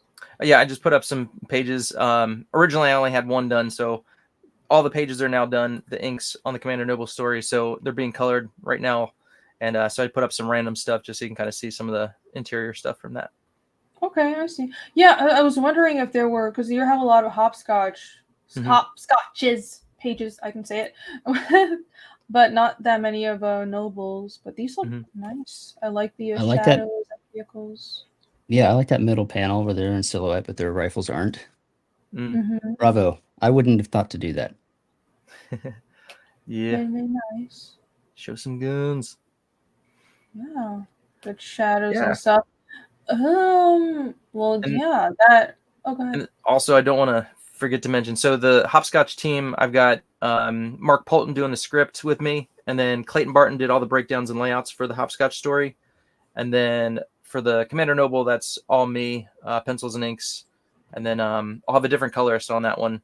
I wanted to kind of go a little different, maybe more monotone with the Commander Noble story. And the art kind of style changes a little bit too. I went a little like Frank Miller-ish, not totally, but just like a little bit more heavy on the blacks and stuff, heavier contrast. Let's see. I don't think so we were talking about how this style, the Hopscotch style, is very, people are saying J. Scott Campbell, 90s, but new, which Turner. I think Turner. And this is, I didn't realize you were going for something completely different. So this does look like more of a monotone. And the whole thing will look like this, is what you mean. Correct. Yep. I guess that makes sense because it takes place in Afghanistan, and the image in my head is like dusty and stuff. Yeah. Kind of So I was thinking, monotone. I like to, like warm tones outside, cool tones inside. So I'm going to play with that a little bit. And Nice. yeah, I like that. Well, awesome. You've got a trailer. I do. So let me play that. And hopefully that will convince anyone in chat who hasn't backed yet to back it now. And I don't know, should I haven't drank for backings in a while. Should I do that or should I not? Would that be a disaster, chat? I mean, I don't need to be up early tomorrow. That's fine. If this number goes up after we finish playing the trailer, I will take a shot. There we go. How about if we make it to 23? Then you can go. Yes. If this goes up after trailer, I'll take a shot. If we make it to 23, I'll take another shot because we got to get to 23 tonight, and it's 11:29 my time, so we've got an hour left, and then this is coming down. So 1 hour. Come on, there's original art on here. It looks amazing. So if we just get a few people backing that original art, then we'll be like way past 23. So I'm gonna play the trailer, and don't let me down. Don't let me down, everyone. Here we go. Don't let me down. Don't disappoint me. There will be. Let me have my booze. Let me have my booze. Okay. Did I share sound? Can you hear it? Yep. Yes. Okay. All right, cool.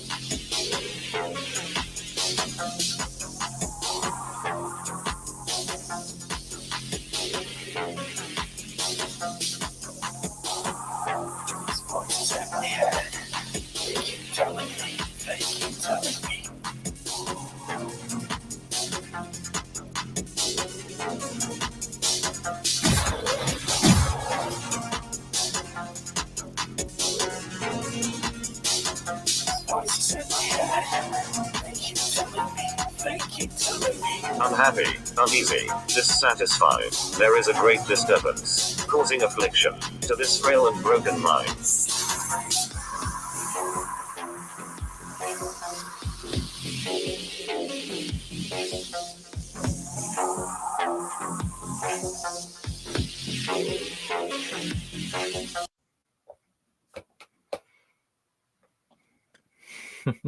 Yeah! That was Whoop, whoop. great. I love that music. Whoop whoop. Oh, who is that guy? Who are you? I don't even know who that is. What the heck? That's me. Who is that guy? That- Yeah, who's that? I don't recognize him. Oh, it's weird. I'm just kidding. No, it's a great trailer. Sumo Thori's in chat. Gotta jump in a minute, but congrats, Eric. Hello, Sumo. Thank you for bro. dropping by. You. Appreciate it. A frequent backer. Thank you, brother. Yeah. Sumo's one of the best. Mhm. All right, we're gonna refresh, and I hope I get my shot because I'm very sad. I'll get to drink tonight. You guys know I need to. Yay! Oh Oh my goodness.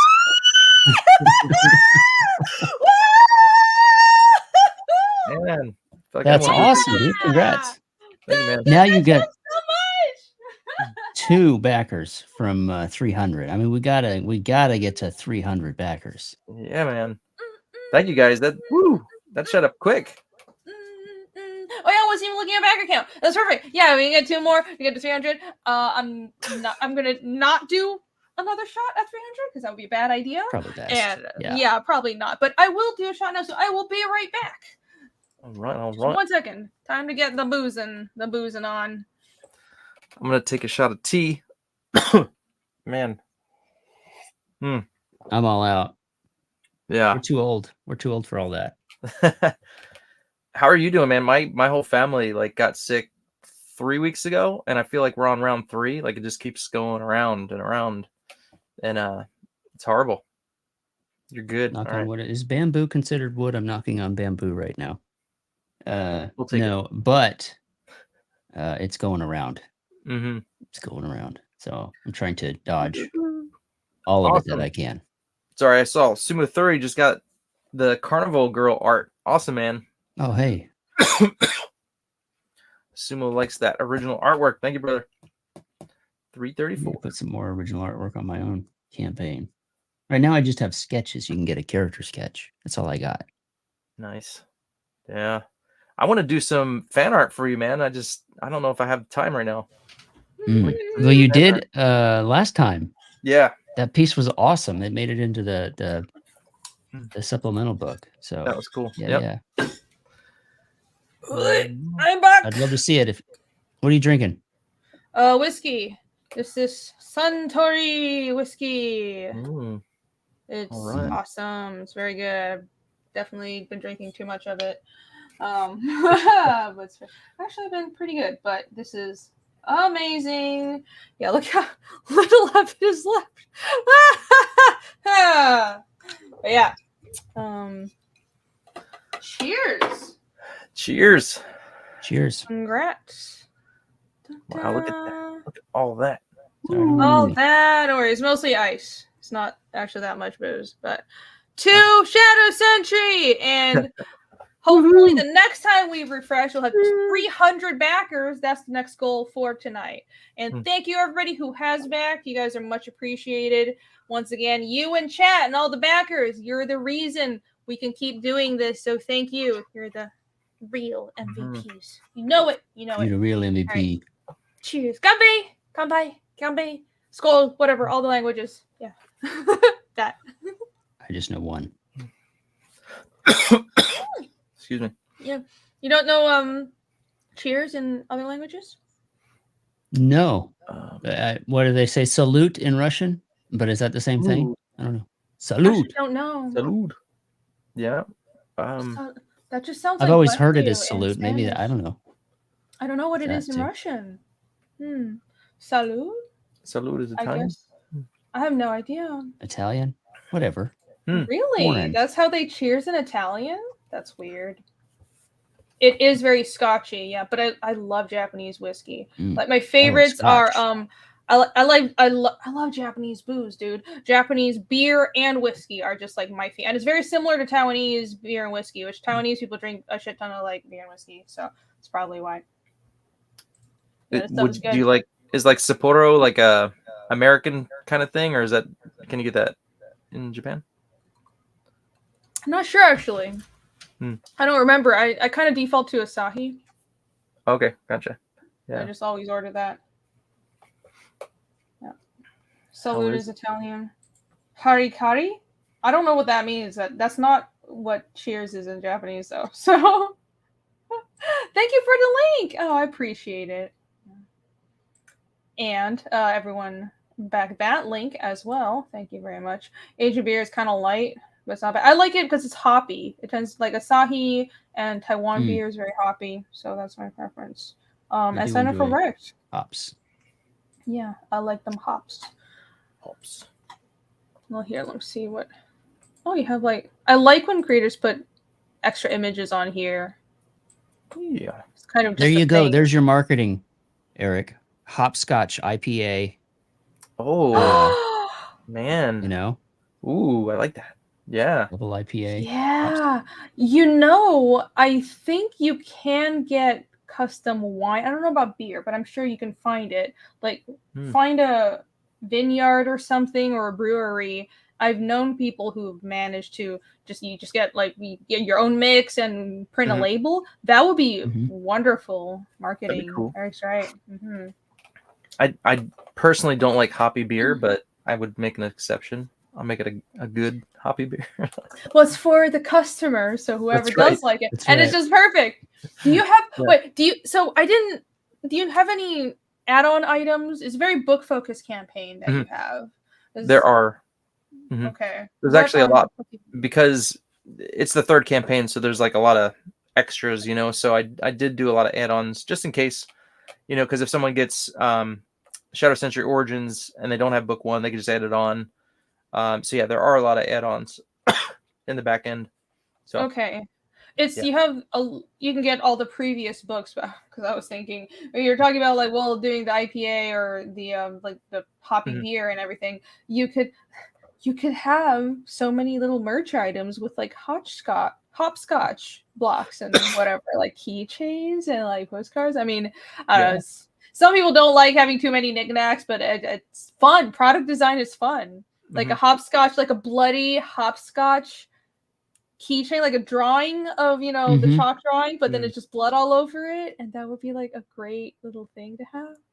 Excuse me. Next time. Yeah, I really want to do those cool standees. That would be sweet with a hopscotch. Yeah. Standees. Yes. Coming I approve. soon. Dun dun dun. Oh, look at sweet. that. That's so I have rad.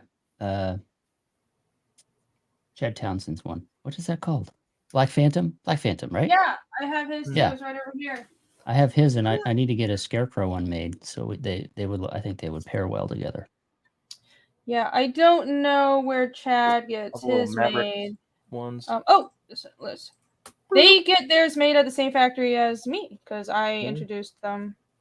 Ooh. Well, then I will hit you up if I'm going to make one because these are sweet. Yeah, they turn out very well. This one is like double-sided, and and it's kind of cool because the way they print it, one side is like, I don't know if you can tell, it's can you see the texture of the ink? It's printed directly on one side, and then the other side is gloss. So it's kind of weird, but I kind of like it, and it's very secure. Like it doesn't scratch off or anything. It's like industrial printing, and the colors are so beautiful. I had with Fiendish One, I had a demon one, and that was one side. It was different printing process, but if you go with this factory, I would recommend double-sided because it's doesn't cost that much more, and for some reason this printing is just really good. And I know Chad uses a different factory, but his turned out really nice as well.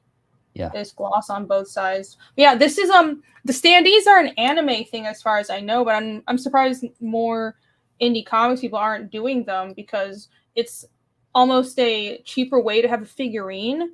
and you can make like little game figures. Like these aren't gaming figures, but you can make like tiny ones to use in gameplay because I want to do like game expansions and stuff. So yeah, I'll That'd let be you know sweet. if you're interested where Okay. who to go to where I Cool. get these made. They're awesome. Cool. Yeah. Down Goes Solo said you could make a cool hopscotch bookmark. Yeah, so a bookmark is actually one of the stretch goals, but I should just make some of them anyway. I made metal bookmarks for the first campaign with Shadow Sentry, and those turned out cool. So, yeah. All right. Yeah, I think and bookmarks are easy to make too. You know what the problem is I want to make die cut bookmarks, and it's like That's kind pricey. of yeah, that's hard. So I usually where I go for die cut stuff is Sticker Mule. Sticker Mule does die cut stickers and stuff, and I emailed them. I'm like, so I've been using you guys for stickers forever, and obviously you have like a die cut machine, and for the prices for stickers are pretty good for the quality. So I'm like, can I make bookmarks? Just don't use sticker paper. And the email I got back was, you can look at all their other products on the website. Have a nice day. I'm like, what? Like, I know you can do this. You just want to you didn't want to take the time to actually like reply and do a custom order. That's fine, whatever. But I'll figure it out. I'll figure it out. I think honestly, because I have some ideas. I want to do some Nanarsa bookmarks. So have my language on the bookmarks with like some art on the back. You guys will see. I think it'll be cool. Sweet. Count Dooku for 2. Thank you so much. Thank you. Count Dooku says, "Hail Renie, Kiss the Triangle 987 forever." He makes a return. Thank you very much for the super chat. The good old triangle cover that'll forever live in infamy. I will never forget. Mellow bookmarks are hardcore. They are hardcore. Yeah, there's I feel like this book has so many merch ideas. Do you have your own website, your own art website? Do you have a website or something for Shadow Sentry? No. But so one thing are you familiar with like Redbubble? They do you could upload all your stuff and they'll make, you could put it on whatever, a tote bag, a journal. So I've used Redbubble for other stuff. So I was thinking of possibly doing that with Shadow Sentry. I haven't done it yet. But definitely in the back of my mind. I ordered some of their journals and I didn't like the quality. They have like a hardcover sketch journal, which is cool, but it's like they just like taped it over the board, and the quality wasn't great. So I was kind of disappointed with that. So I want to make sure if I offer something, it's going to be good, Yeah. So Redbubble and Society 6 are kind of the more basic like product making websites. I would recommend Printful, which is what I use.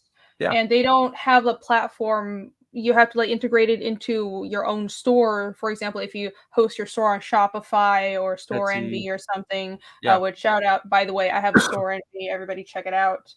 But you can, the service is really great is because they have a factory and they have more customization than Redbubble or Society 6 and more products, I think, and it's way higher quality. So all my merch, because I don't have the space to like warehouse it. It's print on demand, and all the shirts, the hats, the mugs, everything that you see on the Fiendish website, other than like the books, right? It's directly print on demand from Printful, and it's just linked to my website. So it works out really great, and I would really recommend them. Okay, cool. Yeah, I just ordered some shirts from them, actually. I got some Battle Mode Omega shirts. So nice, yeah. And by the way, also if you're a creator, you don't even need to use it for a store. You can just open an account, custom make like 1 or 2 shirts of your design, and just like get them made and sent to you. And I know like Jake does it all the time. So if you want an easy way to make custom shirts, Printful, use them. They're great. Yeah, I used them a while back for a couple of shirts that I had designed a couple of years ago. I don't have it integrated right now. My campaign is I built my own on a Shopify thing, and it's not easy to like differentiate the buy it now and get it shipped now stuff from the campaign stuff. It's hard to communicate on the website. So once I get out of campaign mode, it'll be a little easier to do something like that. Because I don't want to like add a book from Battle Brick Road 2 and then a t-shirt that could ship now. And then it's like, how does the shipping work, payment work, all of that kind of stuff. So Right, yeah. Barb Rogers gifted 1 membership. Thank you so much, Barb. You're the best. For regarding that, so I use a different platform. I don't use Shopify. I know Bancroft also uses Shopify, and it looks like it's really worked out for you guys because you can actually most website makers, it's really hard to build something that has crowdfunding that is a crowdfunding functionality on the website. But I think I figured out a pretty good solution with Fund My Comic. So there are some more things on the back end I want Fund My Comic to add, but what I do really like about them is that you can embed the Fund My Comic campaigns on your website. So if you guys remember when I was running Fiendish 2.5 a couple months ago, the campaign was embedded on the Fiendish website, and it's totally separate. It's so the orders still go through Fund My Comic, but I can just keep on still shilling the website fiendishcomic.com, and they have a Fund My Comic has a widget, so the website is embedded on this one tab that I have on fiendishcomic.com, and the store orders are still the website store orders, but the Fund My Comic, like the crowdfunding page, that still goes through Fund My Comic, and it doesn't get mixed up at all, because I ran into the same issue. I tried to build something that was a crowdfunder using what I had, and I got really close. The only thing I couldn't figure out it's always the funding bar. The funding bar is so hard. Like you have to, you get a funding bar to calculate shipping, and what about you have store orders, and you have to make sure not add those as well. And it's hard. You have to like customize it. Anyways, I really liked being able to just embed the campaign, and Indiegogo and Kickstarter won't let you do that because I tried and they're like, oh no, we want traffic on our site, but Fund My Comic is awesome. I'm like, they still get the platform fee, and I really appreciate that you can just mirror it essentially. So there you go.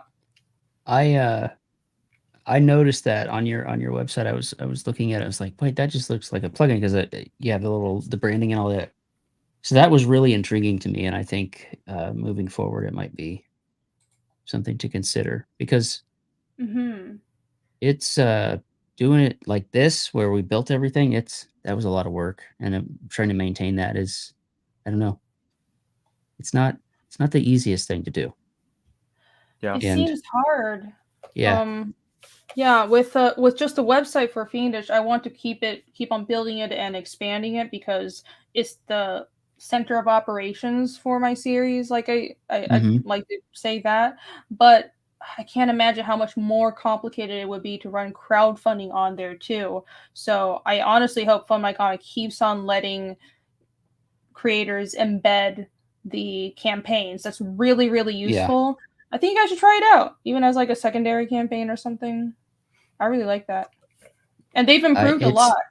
Yeah, they have. I ran one campaign on there a couple last year, 2023, for like a second chance, and it was pretty easy to do. So I can only imagine that there's more. They've updated a lot since then, like with the integration of a plugin or a widget on your website. So yeah, they have improved. I think, I'm not gonna lie, it was clunky at first, especially because the one of my main problems was they still don't have sorting for different perks on the back end. So essentially you just have to do the sorting yourself. And I really like on Indiegogo on the back end, I can just like, there's drop down menu and I can pick which perk and then it'll filter automatically. But Luke has said they're going to add that. So that is one of the things they're going to add. Since I launched 2.5, they've added the ability to hide perks. So if something is already bought, you can hide it. You can even customize the order of the perks, which I like that as well, because Indiegogo doesn't even have that. It is kind of this annoying thing where you just have to, like, I don't know, feature one and then everything else is kind of random. But on Fund My Comic, you can specifically tell the website to order the perks in a specific manner. Like this is 1, 2, 3, 4, 5. It doesn't have add-ons, which I struggled with, though it does have discount codes. It's just different. Yeah. I got over that part. So yeah, it's improved a lot. I think I would definitely use it again. Yeah, Luke is on top of it. He's like always adding stuff, trying to make it better. Mm-hmm. And if I've contacted him numerous times, I'm like, hey man, something's up, and he's like on it. He'll take care of it that day. So Oh yeah, he's really good. he's so on top of he's a things. great guy. It's really impressive. Like I am not this on top of my shit, but he is. It's amazing. Yeah. Go support Luke if nothing else. Heck yeah. Oh, Jeff Styler said he had some issues with my comic. That's true. That's why I also ran the Indiegogo, because some people, I think it depends on the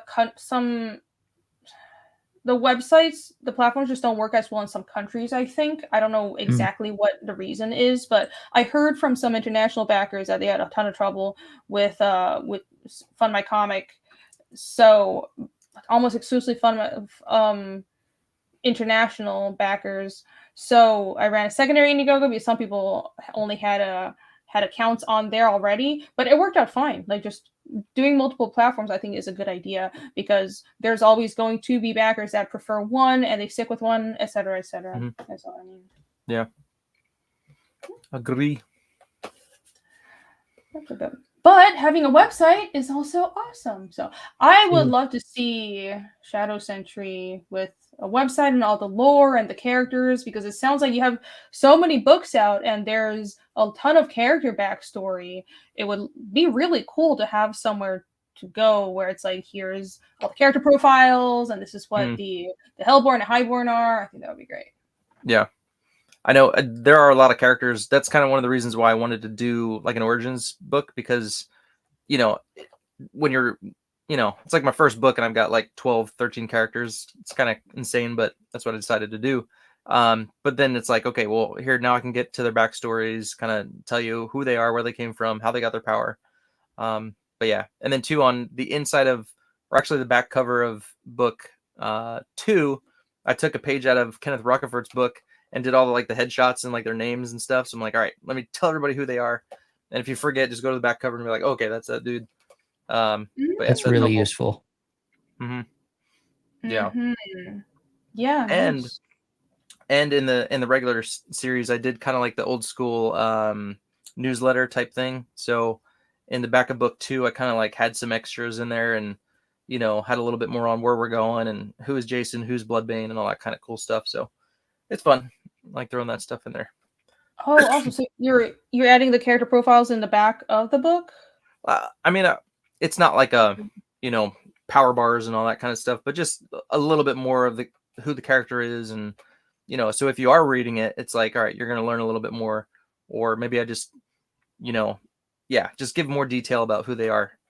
You know, because sometimes you just can't get it all in the book, you know, in 2 issues. So I like to keep people, you know, like, oh, okay, that's some good details I need to know. So cool. As long as you're willing to read it. Yeah. No, that's awesome. I love that kind of stuff. Jocelyn says basically in every manga is like, yeah. So I thought, I didn't realize people didn't know this. Manga always starts out with, so because it's long running, it's like everything is serialized, but before every tankobon, there's a catch up, like a summary last time on One Piece or some shit like that. But it's not just like a text summary, it's character based. So it's like, well, here's a little headshot of Luffy, and this is who the character is, and this is where they've been.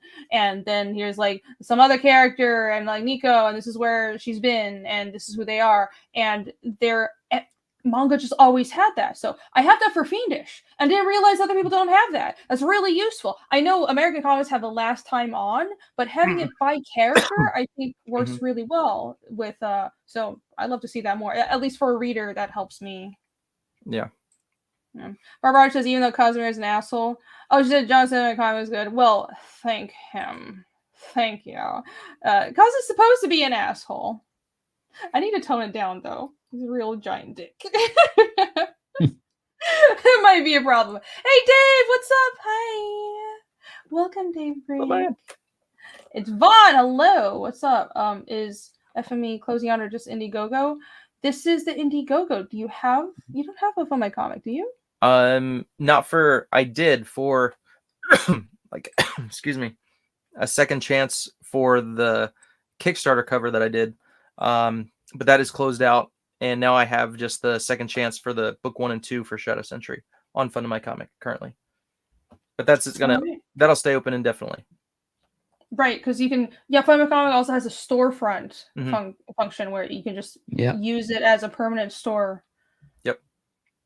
Cool. Which I'm sure is helpful for people who don't have a website yet. I mean, okay, I'm gonna start pushing for people to have a website for your comic, and it doesn't have to be an independently hosted one. Honestly, use Fun My Comic because they do allow you to host a store on there forever. As far as I know, there's no limitation like Indiegogo. Indiegogo, if you go in demand but you don't have orders within a certain amount of time, I think it's like 3 months. Don't quote me. It'll take it down. Fun My Comic, you just keep it up forever, that's impressive. And that's essentially store. And for creators who can't afford a website or don't, hosting it, it's complicated. Use Fun My Comic. I honestly think having a website for your series that looks more professional, but it's a landing page for customers. When the campaigns close, there isn't active funding, where do people go? It can't just be Twitter or YouTube. It has to be something else, like a page where people can, in their own time, get engrossed in your world and the comics. So do it. I've always suggested that people at least get a website URL and then you redirect that to wherever you're currently live. So if you had like a shadowsentrycomic.com, you redirect it to your Indiegogo or whatever you have live at the moment, if you don't have your own website currently. That's the easy way to get people to kind of head there. And then it gets it in their ear of, if they're a fan of it, they're like, oh yeah, shadowsentrycomic.com. And then if they just go there randomly, wanting to see what you're up to, maybe they caught out of the loop or whatever, and it's switched to your own website, they can catch up or whatever. It's always, I think that's like the bare minimum. Everybody should have that title of their comic.com. That's true. That's a really great point. But I mean, first of all, if for nothing else, so nobody else takes it. So just add the domain. I mean, it's like $10 a year. Go to GoDaddy, search for the domain, and if it's taken, just add comic or something like that. Buy it, so you just have it, and because someone will take it, like it's the internet, people will fuck with you, and also get it copyrighted, get it trademarked. It's just like the really basic stuff. Spend a little money. It's not trademark is expensive, but just like getting it copyrighted is not that complicated. Buy the domain. So, and also if you have an LLC, get that domain name as well. It's like $10 a year on GoDaddy, and you're exactly right. That is the basics for kind of future-proofing your project. Yep. Nice. We have news. Dun, dun, dun. Oh my gosh! I said I wouldn't drink, but I've been drinking anyway. So, well, it is. It's almost midnight. It's 1 minute to midnight. We're not closing down yet, though, because we're gonna go for another 30 minutes. I don't know. Do you have this like already set up to close at midnight? I don't. But I'm sure it's not too hard to go in and just close it. Okay. Although, I'm trying to remember with Indiegogo, I feel like there's like a few loops to jump through, but it shouldn't be too bad. Right. Okay. So 30 it's midnight now. It just turned 12. 30 minutes left on this campaign. Apparently we hit 300. Let's do the refresh and see. 300 backers. Dun, dun, dun. Shouldn't have spoiled the surprise. But, oh well, I already did. Whatever. Can we get to 24 in 30 minutes? Will you guys? Will you make us all so happy on tonight's lovely stream? Would that even be possible? Oh, I have faith in you. Yay! Exactly 300! Yeah! Woo! Da, da, da, da. Thank you. It's a good milestone. Yeah! 300. Hell yeah! Thank you guys. Awesome. Two more packages for you to ship out. Think about that. These people are out here backing your book, making you have to work more. I'll take it. Take it. So all right. Work. So much work. Well, they are paying you, so it's true. We'll do anything for money. That's what we're here for. I do have a celebration, so here I'll play that. And if we hit 24, I don't know. Should I? I'll do a shot if it goes up next time we refresh. But 24, I don't know what I'll do. I shouldn't make any promises. All right, I'm gonna just play this before I make promises.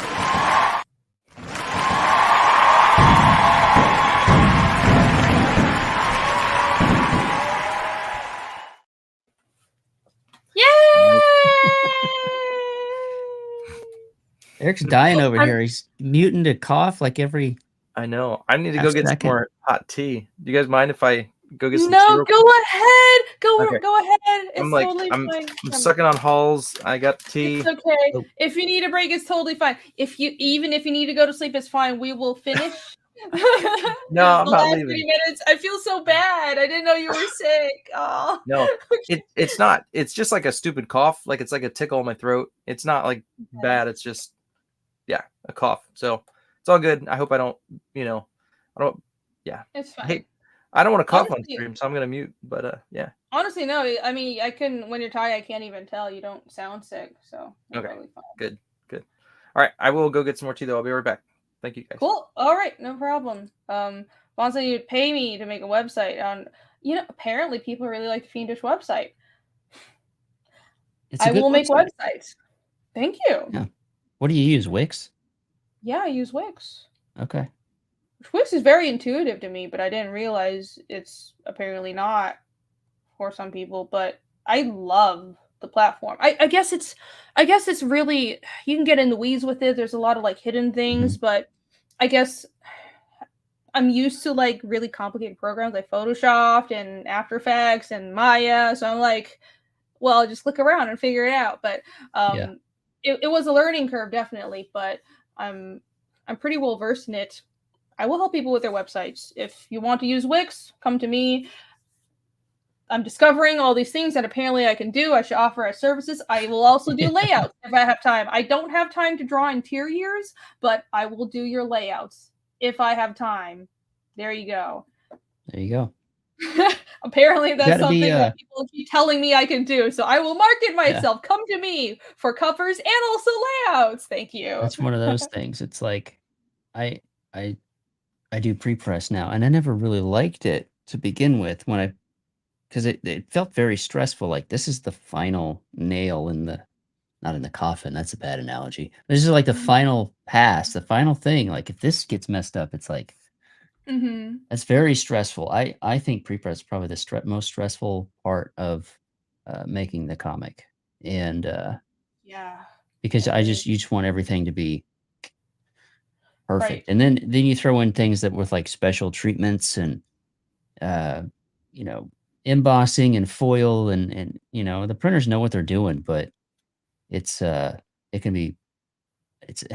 seems so silly, but there's a lot of stress trying to make sure that all that stuff gets done correctly. But I've done it so much, it's like it's almost secondhand now. So I just you do this, these measurements there, and these are your safe zones, your bleeds, and make sure your colors are right, and it just kind of becomes secondhand. So pre-press takes time. I always forget it takes time. So, oh, the art is done, and the lettering is done. Go to press. It's not that simple because it's like you said, it's color checking, and I overbuild bleeds into everything, so that's not a problem. But just when you like put together that last PDF, it's almost like you're just laser focused, and there's this paranoia of I know I'm going to miss something, and you're just scanning this PDF over and over, looking at every square inch, and you still miss things, or at least I do. But it's been pretty good. Most people don't notice the mistakes I make.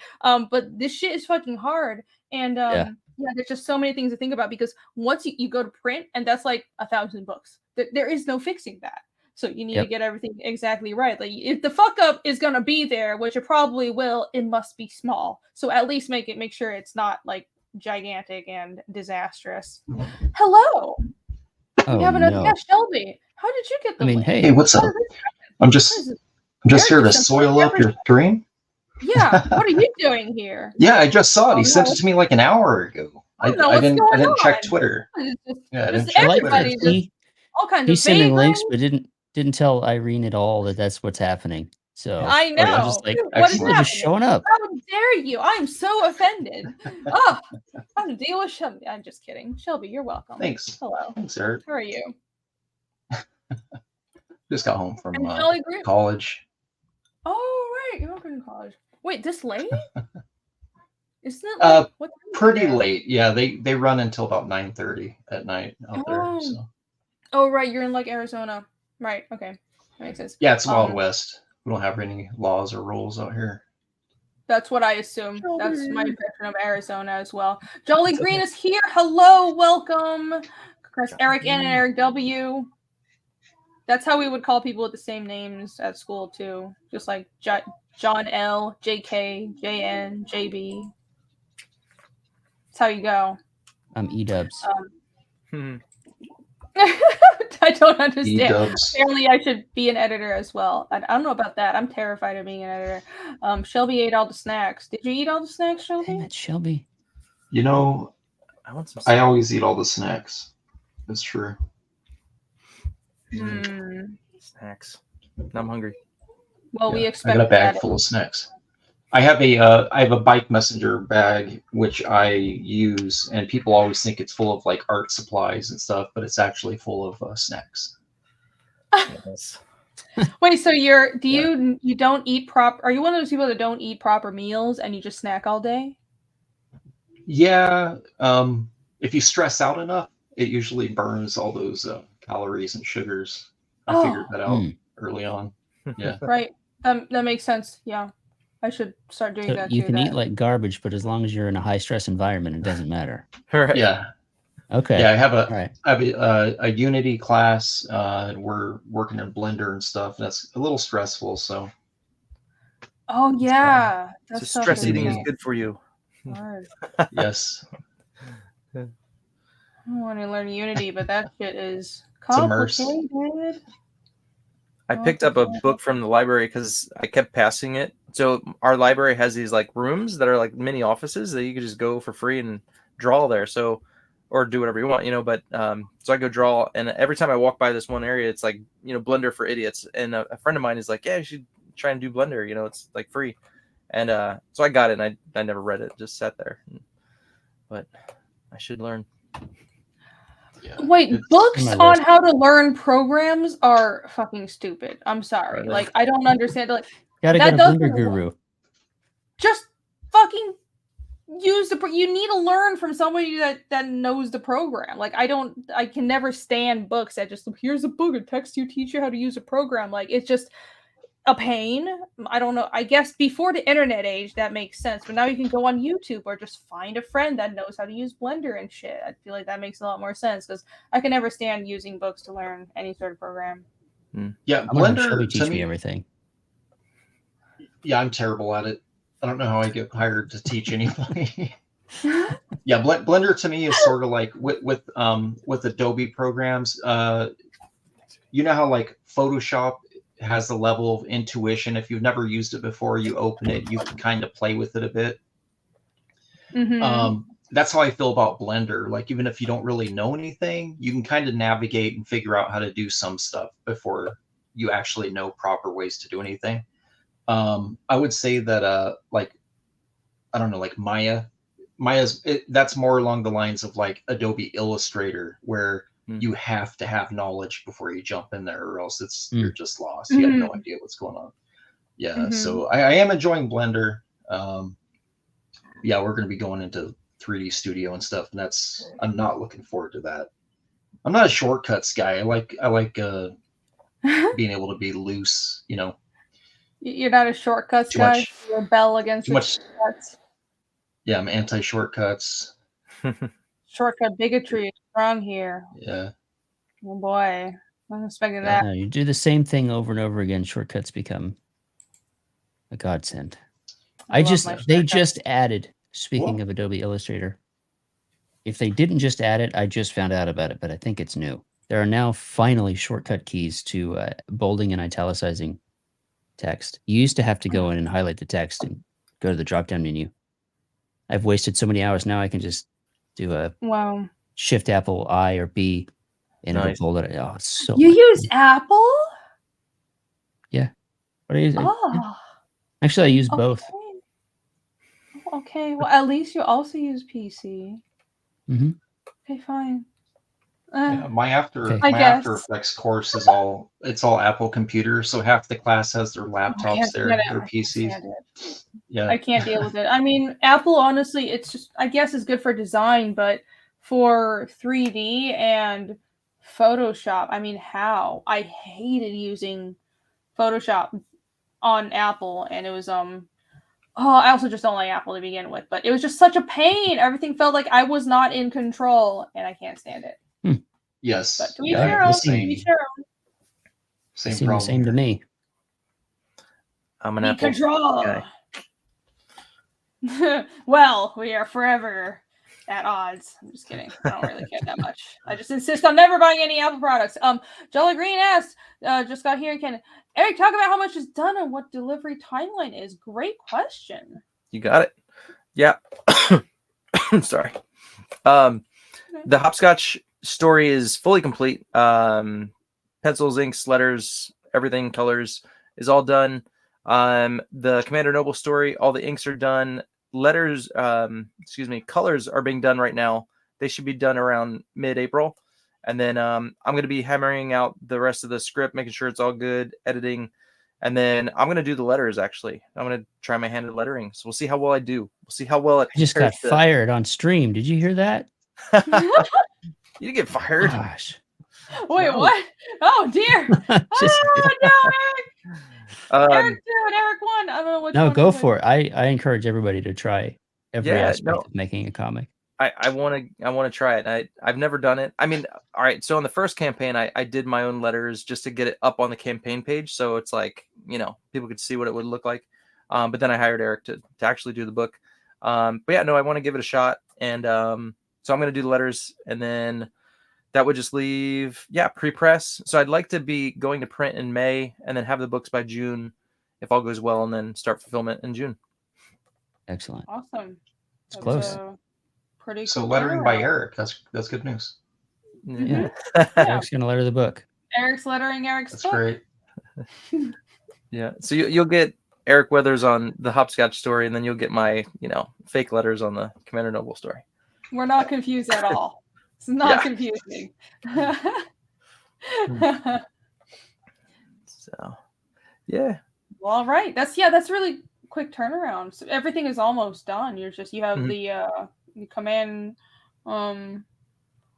story that it's just being colored right now, and then you'll be fulfilling in the summer. Yeah. And so originally it was supposed to be fulfillment around like this time, February, March, but I am a little behind, so I do apologize. But that's why I wanted to end now, so it's like that fire under me, make sure we get it done and get it out. And so awesome. And this is I know and I know Jolly Green just popped in, so how many pages are these books? So you have this basic training bundle that's the featured, and this is a lot of pages of story, right? Yeah, so book 1 was 54 pages, book 2 was 50, I think, on the dot, and then this book will be 51 pages. Awesome. A lot of material. And you have a hollow foil cover, you have a poster, and also a hollow cover. Which looks very, very nice. Once again, for anyone who's just popping in, there is still original art available. So here you can see there's the featured tier, the basic training bundle. That's a catch up of all the books, including the current campaign and the previous Shadow Sentry books. And you have there's a digital edition for our beloved international backers. This is very considerate of Eric to add this. That's a great idea. So if you're international and the shipping costs more than the book, which I know that does happen sometimes, you can just back that. There's black and white edition for the art purists, and you have a couple of covers. There's this is Clayton. And there's the art book. Oh, Clayton's cover. This one is Clayton's cover, right? Yeah, that's Clayton's. Mine was down below there. Okay. Commander Noble. What's the question mark? I just didn't want to get my campaign banned off of Indiegogo for showing some dude holding the head. Oh, it says. Oh, I didn't. I was like, Yeah. why is there a question mark? Too hot for TV. Yeah. Okay, that makes sense. Wait, but you're shadow banned anyways. Well, no, I know, but after what happened with Von Klaus on his Tearing the Trenches campaign, I was like, I'm not screwing around with those guys. That makes sense. Yeah. All right. Yeah. Fair enough. Fair enough. Ugh. Well, so there's a severed head there. So if you like blood and gore, then back this cover right here. Also, that's really. I love the lighting on that cover. That's beautiful. It's very well done. Yeah. There's the art book, Fan Art Friday art book, and there's a Bloodbane cover. So a lot of variants here. That's such a cool name. I love that name. You have sketch cards, Halloween sketch cards. You can customize, you can make requests to have Hopscotch put in any costume, which, come on, there's got to be more than 4 of these. Gotta want this. And just so people know, so there's like the card set, which is 10 cards, which will be like, you know, normal cards. Then there's also sketch cards where you could do black and white or color. But, you know, these are just kind of like the base cards, I guess you could say. You'll get 10 cards, art by myself, Matt Cosson, Gabrielle Geske, and then Anthony Figueroa. So, yeah. Cool. And here are some examples over here. It's all Hopscotch in costumes right there. That was fun. That was fun to put together. Honestly, that's a great idea. You gotta listen. If you got a hot character, just the idea of putting this, I'm gonna steal that idea. Just commission me to draw Ragna in a bunch of costumes. Oh my god, we would all make bank. We should all do that. Yes. Probably get some strange requests, but that's fine. True. And you have. Oh, I'm not gonna go there. You have a holo poster, and here are all the and holographic cover. Man, I wish Indiegogo could customize the order of the tiers. That still bothers me. But yeah. Just does it by price. There's the catch up, and I believe everything under here is original art. So anyone who likes original art, there's still a ton of stuff left on here. These few are sketch cards, and you have the is that Death? That one's Death, right? Yep.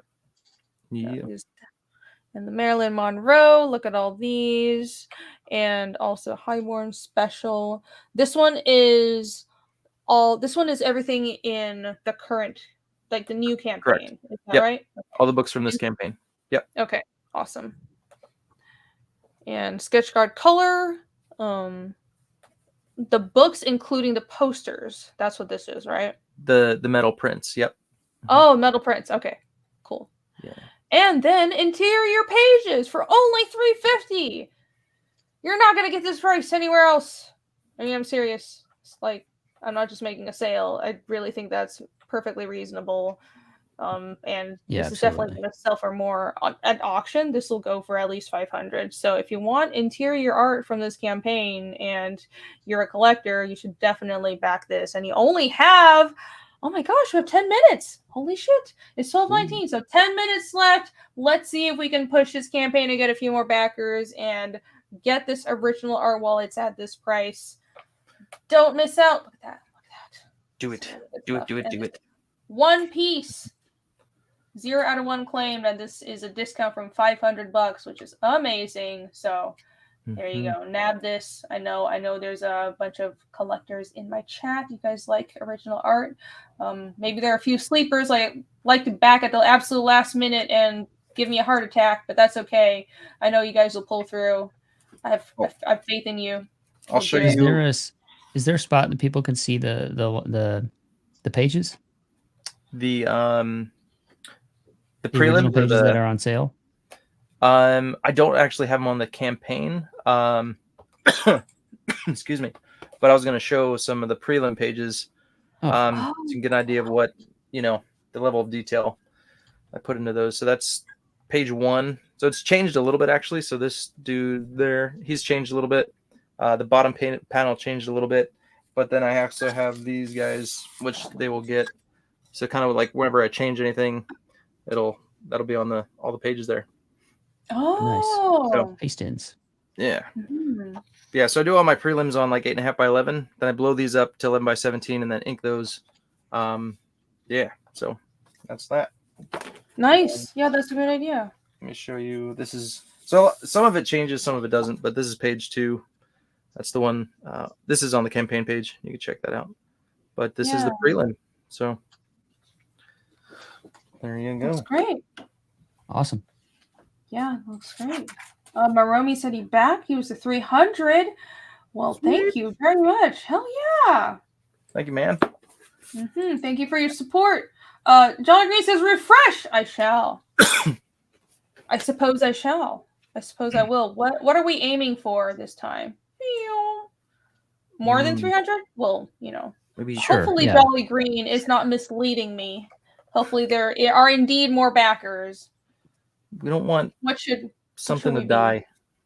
I know. We don't want any angels, cute kittens, anything to die, because that's what happens if you refresh an Indiegogo campaign and it doesn't go up. It's sad. Listen, I don't make the rules, okay? So don't give me those weird looks. It's not my fault. No. Don't hate the player, hate the game. Exactly. That's what we used to say growing up. It's a wise saying. And I agree.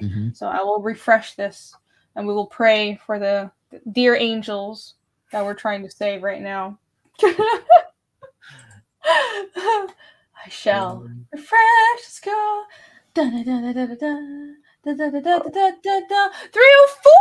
4 new backers! Thank you so much. That's awesome. 8 minutes left. You guys are the best. Sweet. What size do you draw on? So the prelims are 8.5 by 11, and then the full size are 11 by 17. So. All right. Yeah. Full size.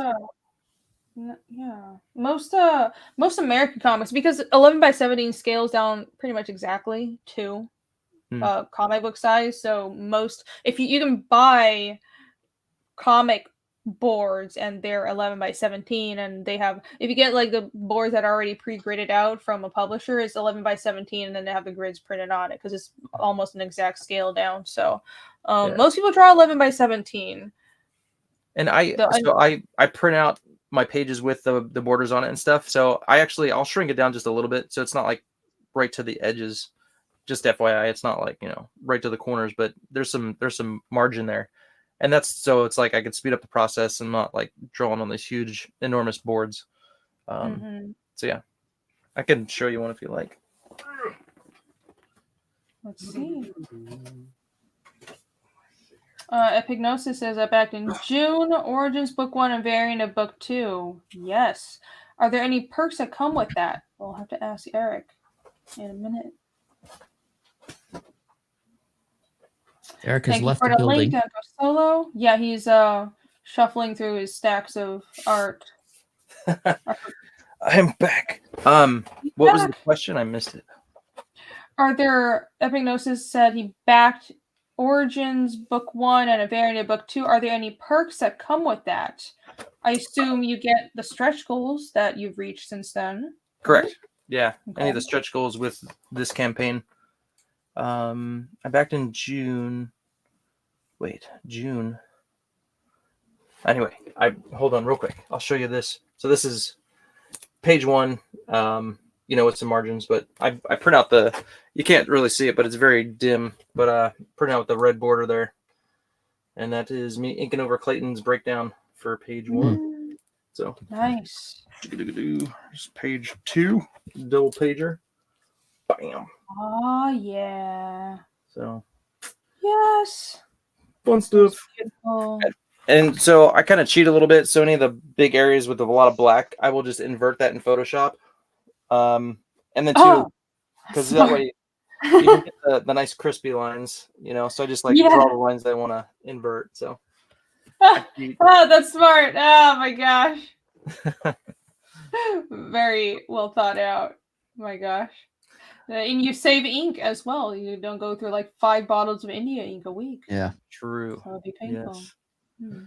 But so if you back this campaign, you will get any of the stretch goals that came with this campaign, if I'm reading that correctly. Epignosis. I think that's what it meant. Origins book 1. Yeah. All right, I'll play the trailer because we only have like 4 minutes left. Dun, dun, dun. Are you ready to set up everything? It's gonna come down. It's coming down for sure in 4 minutes. I'll play the trailer and then we're gonna give it one last push and hopefully, well, I guess I owe you guys a shot or two. Okay, whatever. If it goes, I'm gonna play the trailer and see where it closes out at. It's only 4 minutes. We're gonna take this is coming down in 4 minutes at 12:30 Eastern my time. So everybody be prepared. If you've been watching and you've been thinking of backing this, back it right now. 4 minutes left. All right, let's go with the trailer.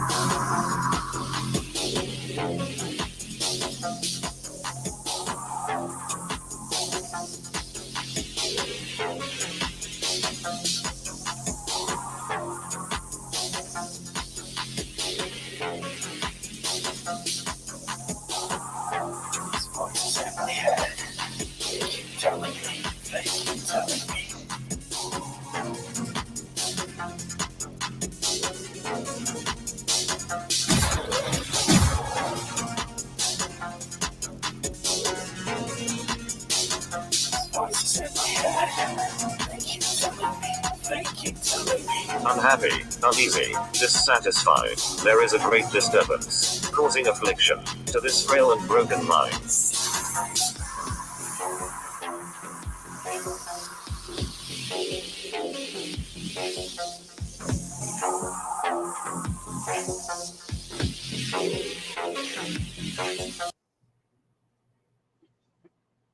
Hell yeah! That is a really good trailer. Well done. Did you cut it yourself? I did, yeah. Nice.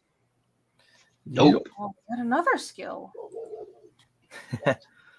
June. So you're fulfilling in June, right?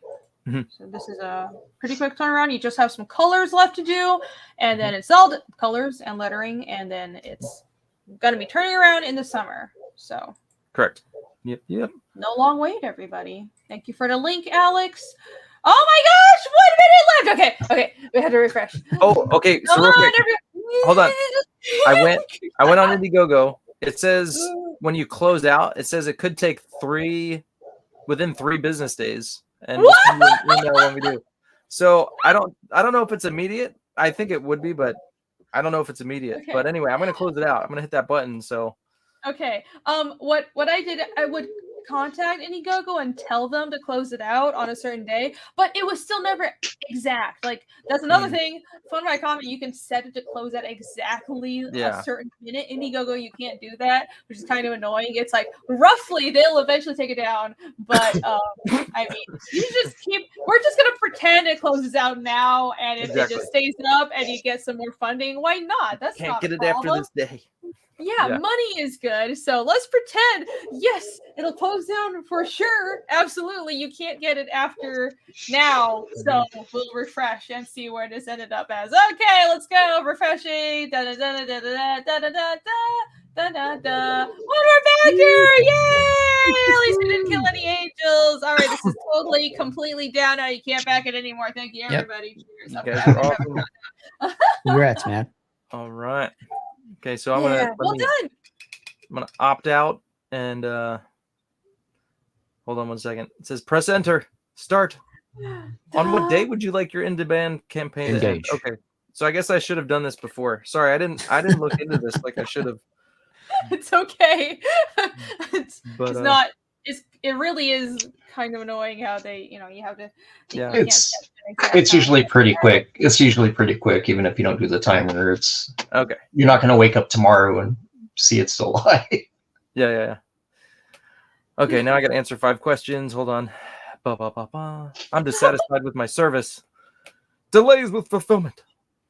Other. Okay. Wait, what? They give you a fucking questionnaire? Why do you want to close your campaign? Are you upset with us? Okay. So I did it. Yeah, I did it. I've been shadow banned the whole You time. wanna- Of course, I'm upset. Right. Yeah. And also you need to fulfill your product, but also you shadow ban. Jesus. Yeah. Wow. It says they're going to contact me. So I'm going to let them have it. Okay, then. But- Closeout number 2 on, well, no, tomorrow I will be busy. Well, I'll be doing the drawing contest with Dillard on Dark Gift, and then it's Creative Block, so I've got a busy ass evening tomorrow. So come watch me drink a lot, guys. It'll be a lot of fun. My money's riding on you, Renie. So Well, thank you. Yeah, I talk a lot of shit, but you know the thing is, Dillard is fast, so hey, it can go either way. Honestly, it's gonna be a good show for sure, though. So everybody tune in; it's gonna be fun. Mhm. I'll do my best, and I know Dillard will too. It's gonna be great, and also Creative Block. Creative Block will be right afterwards, and you guys know we're a bunch of fun. You guys know how So we it's go. basically Thursday Night Murders by Irene. Thursday Night Murders. Why? What is that? How you sum up Creative Block? Well, you're just going to be killing everyone tomorrow.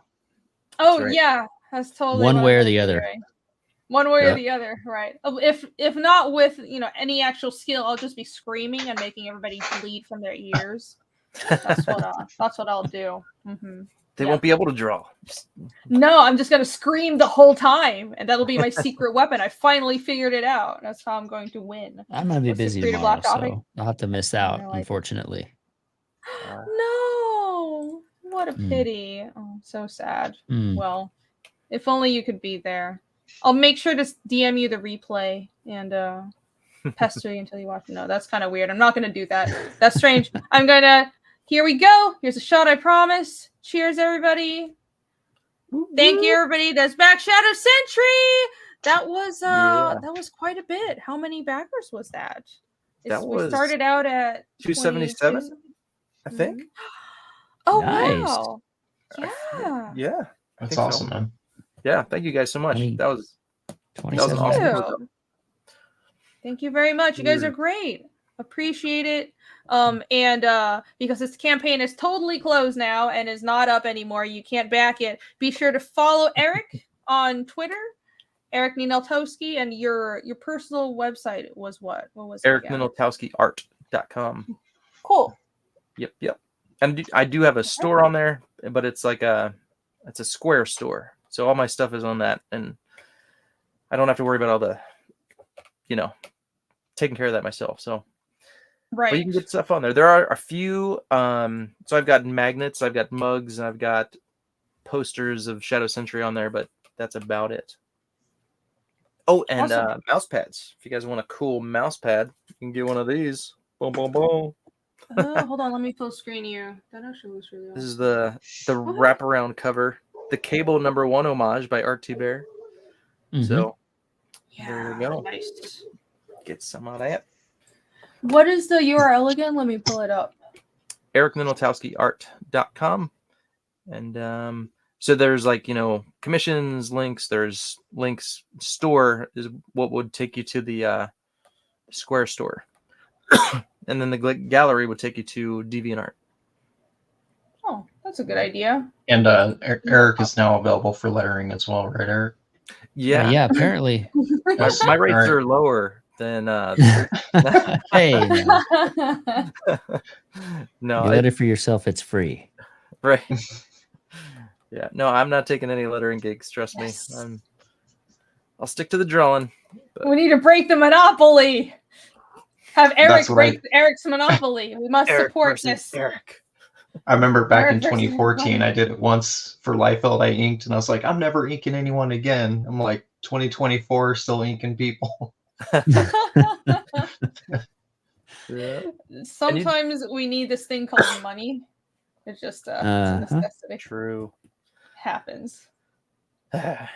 So make sure you don't do like an outstanding job. Just do like passable, because otherwise you're in Right. trouble. Right, yeah. You want to come across as very incompetent somehow. That's a good thing. Because you don't want more work. We don't need that. Hmm. But your book will not be incompetent. Your book will be good, but you know. Yeah, I'm not even gonna give myself credit for the letters. I'm just gonna let people like But oh, Eric Weathers did the first half. Okay, good. I know who to go to. I won't even mention myself. Perfect. That's a there you great go. strategy. Thanks, I guess. Mediocrity. Yeah. Right. We will strive for mediocrity, right? Well, it'll be like the letters are so bad, and then everybody thinks it's Eric Weathers, and Exactly. Yeah. So I'm sure it won't be I don't bad. like where this Either is way. going. Oh no. Well, it's a win-win. my That God. just means Eric won't be bogged down with work for the next year. Yeah, Finally, we're I trying can to help. breathe. Oh my gosh. Let me pull up your Man. website as well. Battle Brick Road. Let's take a look at that beautiful site. Mhm. Thank you. Here we go. There is other Eric, lettering Eric's Battle Brick Road, and you have a campaign. You run the campaigns on your website independently, just like Bancroft does, which is awesome. Yep, I stole everything I know from that man. So That's what we're here If- for, stealing ideas. yep, if the That's how you do Lucent it. website didn't exist, this website wouldn't exist. So But does Battle Brick Bancrofts have Road. the cool like tally that like goes up as you like Yeah. click on it? where do you think I got the idea? Okay. All right. I was gonna Yeah. say that's pretty cool. Well, perfect. Battle Brick Road is Wizard of Oz with guns. So if you're interested in something like that, this is the story for you. We have a if you want to jump, if you're brand new and you have not read Battle Brick Road and you want to get book one right now, you can get the stuff that we did with the first campaign. That's in our shop now section down there. But you need to order it separately, otherwise it gets bundled together and it will have to ship when everything ships. So Battle Brick, we got my cover, Kenneth Roquefort cover, and the Battle Brick Road 2 is what the campaign I'm working on right now. We've got about 25 pages left to draw. Everything's being colored right now. Everything that can be colored is being colored. And we even have some pages lettered because I know the guy that does that. So Yeah, you do. we're- Wow, you should recommend him. I should. I'm going to keep him for myself for now. Ah, what a You know, pity. don't want to get that out. I'll figure it out someday who it is. Yep. Hmm. Yeah, Well, check it out this if you looks want. Very good. I mean, Thank you so much. The just kind of as an aside, the branding, for lack of a better term, is really good for Battle Brick Road. Thank you. Because I know the look for Battle Brick Road, and I think it's the color scheme. So I love that you have a vinyl EP as well, and it's yellow. There's this kind of yellowy tone to everything because it's the yellow brick road and all that. And the name for your book is different, but you've tied that in, and the colors really have a signature to it. And I like how you branded the website to be cohesive and tie into that color scheme. I mean, it sounds kind of cold to mention that kind of stuff, but it's important. It's part of the art, really. Like branding You and logo understand. design, it's part of the art, and it's just so nice to look at. I really like your presentation here. I appreciate that. Thank you. Yeah, we put a lot of time and effort and all of that to make it a pleasant experience to look at, the website wise, and hopefully easy to navigate. And it's the best part about it is it's shopping cart style, so you could add whatever you want to the cart, build your own bundle, back a regular bundle that we have put together there. And there are some secret discounts. So if you add a t-shirt to either of the big bundles, you get a 25% off of that said t-shirt. And if you back the special edition cover, if you get 2 of those, you get a discount on that as well. So the special edition cover that we have is pretty neat. So every version of it, however many we print, I think we're going to be doing a print run probably about 300. They're going to be limited in number, but every single one of those will be different. The artwork on it will be different on every single print. So you will have a unique 1-for-1 cover whenever you back that special edition cover. So that's crazy. That is a lot of fun. That's cool. Is there music on the vinyl? Yes. Yeah, there's actually, it's not just a display item. So yeah, we've got 2 songs. And if you click on the record and go into its store section, if you scroll down, then it'll link it. We have the links to the YouTube videos that are the music. You can listen to the full songs right now. You don't have to buy them blindly. The music was composed by Vosto. who's done a lot Oh of my music for gosh. other creators in our I field. didn't So know you can get vinyls made. Like, yeah, that is so. I have a musician and I'm getting songs Uh-huh. made for Fiendish. Oh. This will be super cool to make. Oh my gosh! I want to know where to do this. This is super cool. I must have this out. And it's pretty. you got to too. order them ahead of time. They What? take about 3 months to get from when you send them off, from when they get approved to when you get them, up to 12 Really? weeks. So it takes a while. Really? It Yeah, takes that vinyls long? vinyls take a bit.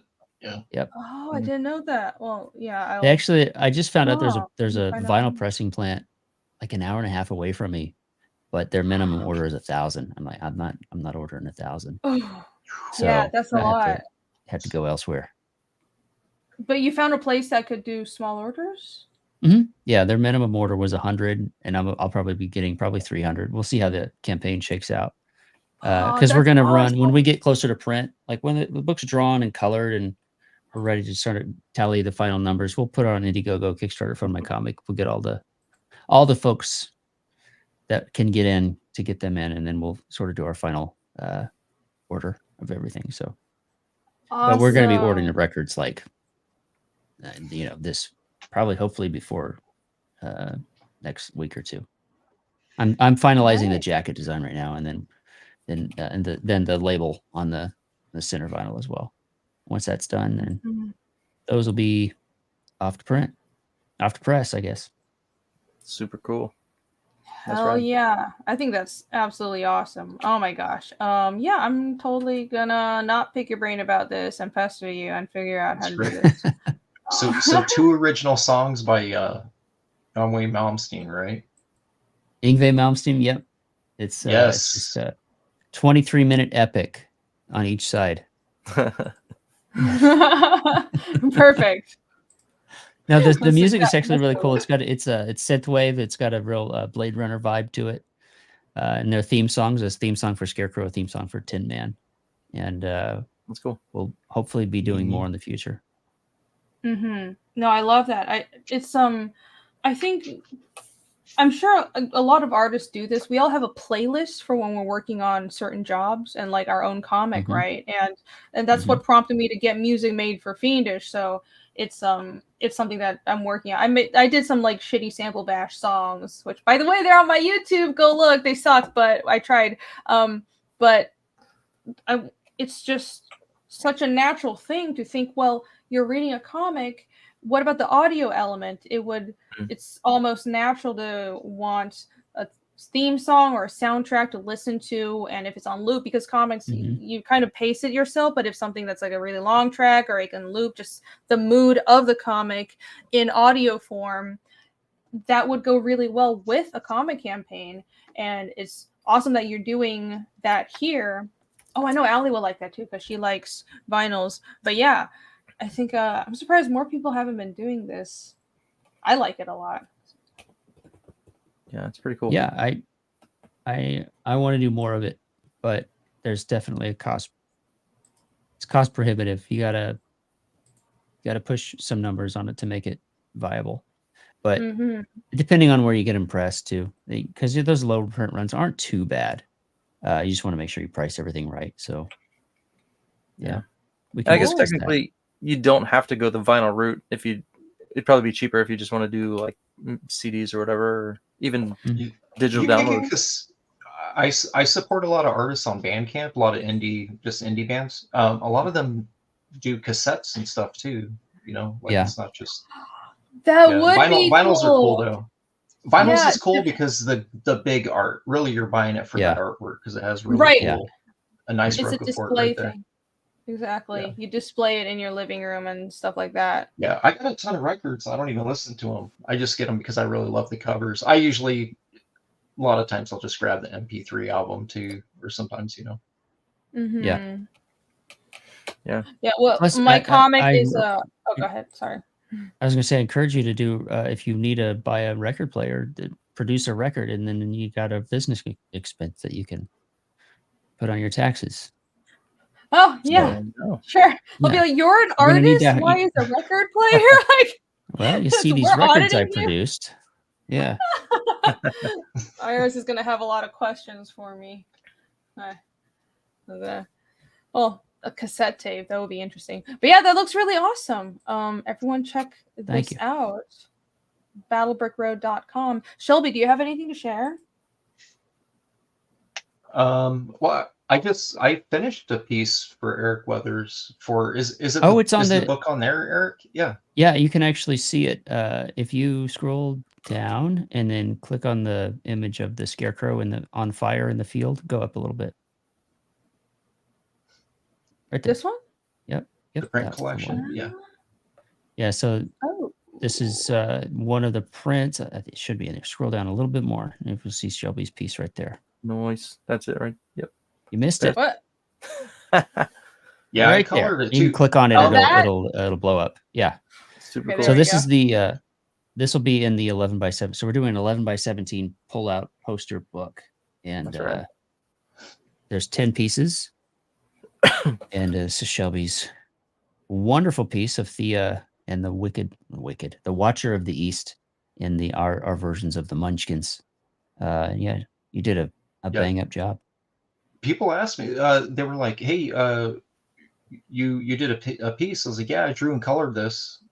And they're like, "Oh, who's your colorist?" I said, "Yeah, I drew and colored it." And they're like, "No, who's the colorist?" I said, I colored it as well. Bro, I know the feeling. I had the same fucking problem. So Shelby, who colored this? These are really nice colors. Yeah, this Let's guy tell it named for real. Cobra Colors. I'm not sharing his info. Mm. You Colors should really colored it. credit your colorist. I don't approve of this. Yeah, for There's real. only your signature. Tisk. Yeah, How dare you? You use what a little trick for artists out there. If your colorist ever signs your work, you just use the Band-Aid tool and you just get rid of that autograph. You don't need it Yep. there. Yeah, knock it right out of there. Yeah, if they're trying to take some AI, how credit dare for you. some work. Yeah, get rid of that. That's right. Yeah, colorists don't deserve credit. I can't Yeah. say that. Nick's gonna come and kill me. I say that. It's a joke. You're That's colorist. Yeah, A that little- looks great. A little trick I do whenever I color my own artwork, I'll actually do my signature in color, so that way it's like versus just black and like the black, for inks, and then I Yeah. color it for color. But that's just Okay. my little thing that I know. I nobody- colored a bunch of stuff back. I used to actually use the moniker Cobra Colors as my. So if you ever see like some old IDW books, or whatever, with Cobra Colors, that was me. Oh, that's cool. I would do that kind of on the side just for some skrill. Maybe When I that's what we needed need to do. Extra top ramen or something, I was like, oh, I'll color a book. Reach Makes out to a sense. few Change artists. in my drawer. Yeah.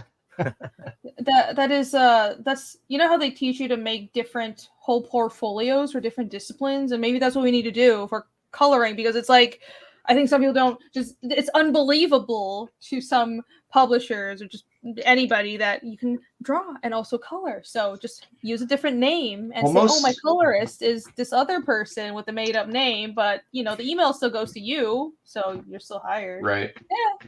Right. Yeah, I have I got a Facebook page for it, and it's funny because once in a while artists will hit me up over there trying to be coy, like, hey, I saw your colors, what's your rates? I'm like, it's still me, it's Shelby. Like, you literally just asked me for the information for this. Still me. Trying to go behind my back to hire my colorist.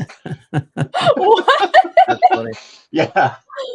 Oh, this has happened several that's so times. funny. Are you Yeah. serious? That would be funny. Yeah. That's good. awesome. Yeah, they're like, hey, who colored your work? And I'm like, oh, here's the Facebook page. Because I'm like, oh, you can see more of the pages on the Cobra Colors page, Damn. And they're like, hey, I heard, are you open for colors right now? I'm like, yeah, this is Shelby, dude. Shelby unintentionally trolled a ton of people. That's diabolical. Well, here's I love Shelby's website, American Discord at Big Cartel. Everyone check that out as Yeah. well. And hire his colorist. it's awesome. He's pretty good. He's decent. Yeah, good He doesn't good suck. colors. Hire that Mhm. colorist for inks. He's looking for inking gigs, actually. Really? Are No, you Yeah, that's it's his sure? not favorite really. thing. I think I'll hire you for some Unity work. Do you Yeah, have get a some Unity Blender guy? Yeah. models. Yeah. I was Thank you. gonna pull up the file, but I guess I didn't save it to my Google Drive. today I made a hammer in class, a very, very detailed hammer. And it's going on we're making this little chibi game right now where it's sort of like a 3/4 view scroller. And we haven't worked on any environmentals or anything for it yet. So it's really just creating the hard body figures and connecting other objects to them, parent objects and that. And created this hammer. And he's like, well, it's kind of a cutesy looking character. So I got this giant Thor's hammer. It's this little itty bitty character in this hammer that's the size of a house, and just swinging it around, And I was like, well, let's make this extra special. So I put. You guys ever see that art piece? It was the painting that wasn't a painting. It was just a banana taped to it. So Yeah. I did that to the hammer, and I just called it the banana hammer. Is what I called it. Like my file name for it is the banana hammer. So it's just this little character swinging this giant hammer with like this like banana tape to it. It's really ridiculous, but yeah, everyone, yeah, my instructor in there, he goes, I might steal this for my game, and I was like, you better pay me. Yeah, You better I'd pay play me that. because this is my idea. Yeah, Yeah. Right. I'd pay that. But Or I'd play that. I told him though, I said what you do is anytime they hit somebody with it, they literally just go into an infinite loop of slipping, and then no damage is made, right? You just make them like forever That's tripping. horrible. You know what I mean? Yeah, yeah. constant yeah. banana slip My peeling. brand, Banana my peel brand Fate slip. worse is than death. bad games. That's my brand. They've questioned me on that. I said, oh no, my brand is terrible games, and I think people will like them. I They're so actually bad. think you might have a knack for game design. You should make a game Yes. of all these ideas, so it just glitches everywhere, but it's on purpose. And I swear you'll do bangers. That's your calling. By on You'll be able purpose, to she means play comics. laziness. Yeah. It's Like you the just very say first thing I it's did on in there, purpose. Irene, Make the cell. the very first thing I did in there was I got this yellow Corvette with a cannon on it, and it shoots penises. That's the first thing I did in this class. I was like, he's like, what was your inspiration? I'm like, I didn't know what else to do, man. So I just it shoots penises. I tried freehanding a rocket, and it looked very phallic. Uh-huh. And I was like, it's a dick. I can't imagine. It is what it is. That's what your default is. Yes. I feel like you should have some conversations with Jake about his game and also comic. Oh, we've already You- talked. We were Oh, already told perfect. him about. He 'Cause I'm knows. like, yo, this is a collaboration made in heaven. So I'm glad you've talked. Yeah, he Please, knows. I need to see this collaboration happen. That's great. Yeah, Well, it's terrible. you're way ahead of me. Nothing but bad news. But you know what's clean though in all ages though is this pinup right here I did for Eric. This is a, Right? Do you know Yeah. what doesn't have penises, or at least not intentionally? there Just is no pinup. Mhm. there is no phallic Playing symbols, no free. penis. They're not hidden Just anywhere. fun, bright colors and nice art. Just fun, bright colors, totally wholesome, Peen free. and you can get it right here. BattleBrickRoad.com, the print collection. When is this coming down? When are you running this till? Till the end of time. Okay. I've got 25 pages left to draw. So, and then, Okay. it's going to Okay. be a couple of months. I get it. This stuff takes. You got time. You got time to back it. Okay. Cool. All right. Well, check that out. And last but hopefully not least, I have a little thing too. I have something. I've got a comic, guys. I don't have a campaign, but I have a comic. Behold, my comic website that I talk about all the time. Everybody go check it out. I have an update coming soon. I'm really excited because as soon as I sent 2.5 off to press, I obsessively started adding things to the campaign because there's so much stuff. Not the campaign, the website, because there's so much stuff I wanted to do, and I can't wait to show you guys. I'm running it by some friends and my team and letting everybody kind of review it because I'm nervous and I want to make sure it's all good and everything. But until then, before I bury the lead, check out the blog. I am updating the blog again. Whenever I have a campaign going, I forget to update the blog because I'm just too busy. But when I'm working, I'm going to start updating it more, and I have subscribers content on the blog. So I have a whole functionality where you can join as a member on the site and comment on the blog. And also I post behind the scenes material and early looks at stuff on the blog all the time. I kind of fall off when I have a campaign going, but now that I'm gonna switch to working on Fiendish 3, I'll be posting pencils and behind the scenes stuff, sketches, whatever, every few weeks, hopefully, for however much time it takes me to do Fiendish 3. And you can take a look at the subscriber tiers on the website. It's just like Patreon. It's like Patreon, but I have it integrated into the Fiendish website. It's awesome. And I don't pimp this nearly enough. I need to do a whole video telling everybody all the stuff I have on this website that I never talk about, but I have so much cool stuff. So you can basically join as like a Patreon member, but on the website, and you'll get access to different kinds of blog content. And, okay, I might add a digital reader to the website as well. So you'll be able to read the comic like long after it's fulfilled. So I'm going to add just Fiendish 1 first, like not 2.5 or 2. I'm going to wait a little bit because those, especially 2, is just fulfilling. But I want to have a digital reader on there behind a paywall, of course. And I have like the hosting and stuff all figured out. So I've done so much work on this and I hope you guys like it. I'm open for feedback, but if everybody likes that and my team likes that, then that's going to be going up really soon. So check out fiendishcomic.com. I have a bunch of super cool stuff, also like nerdy shit like the characters and the world map, and I have my whole constructed language on there. So go take a look, guys. I'm really proud of it. Cool. Thank you. Looks really good. Yeah. Thank you. I Very have a whole clean. I preview like on your there nice too. clean website.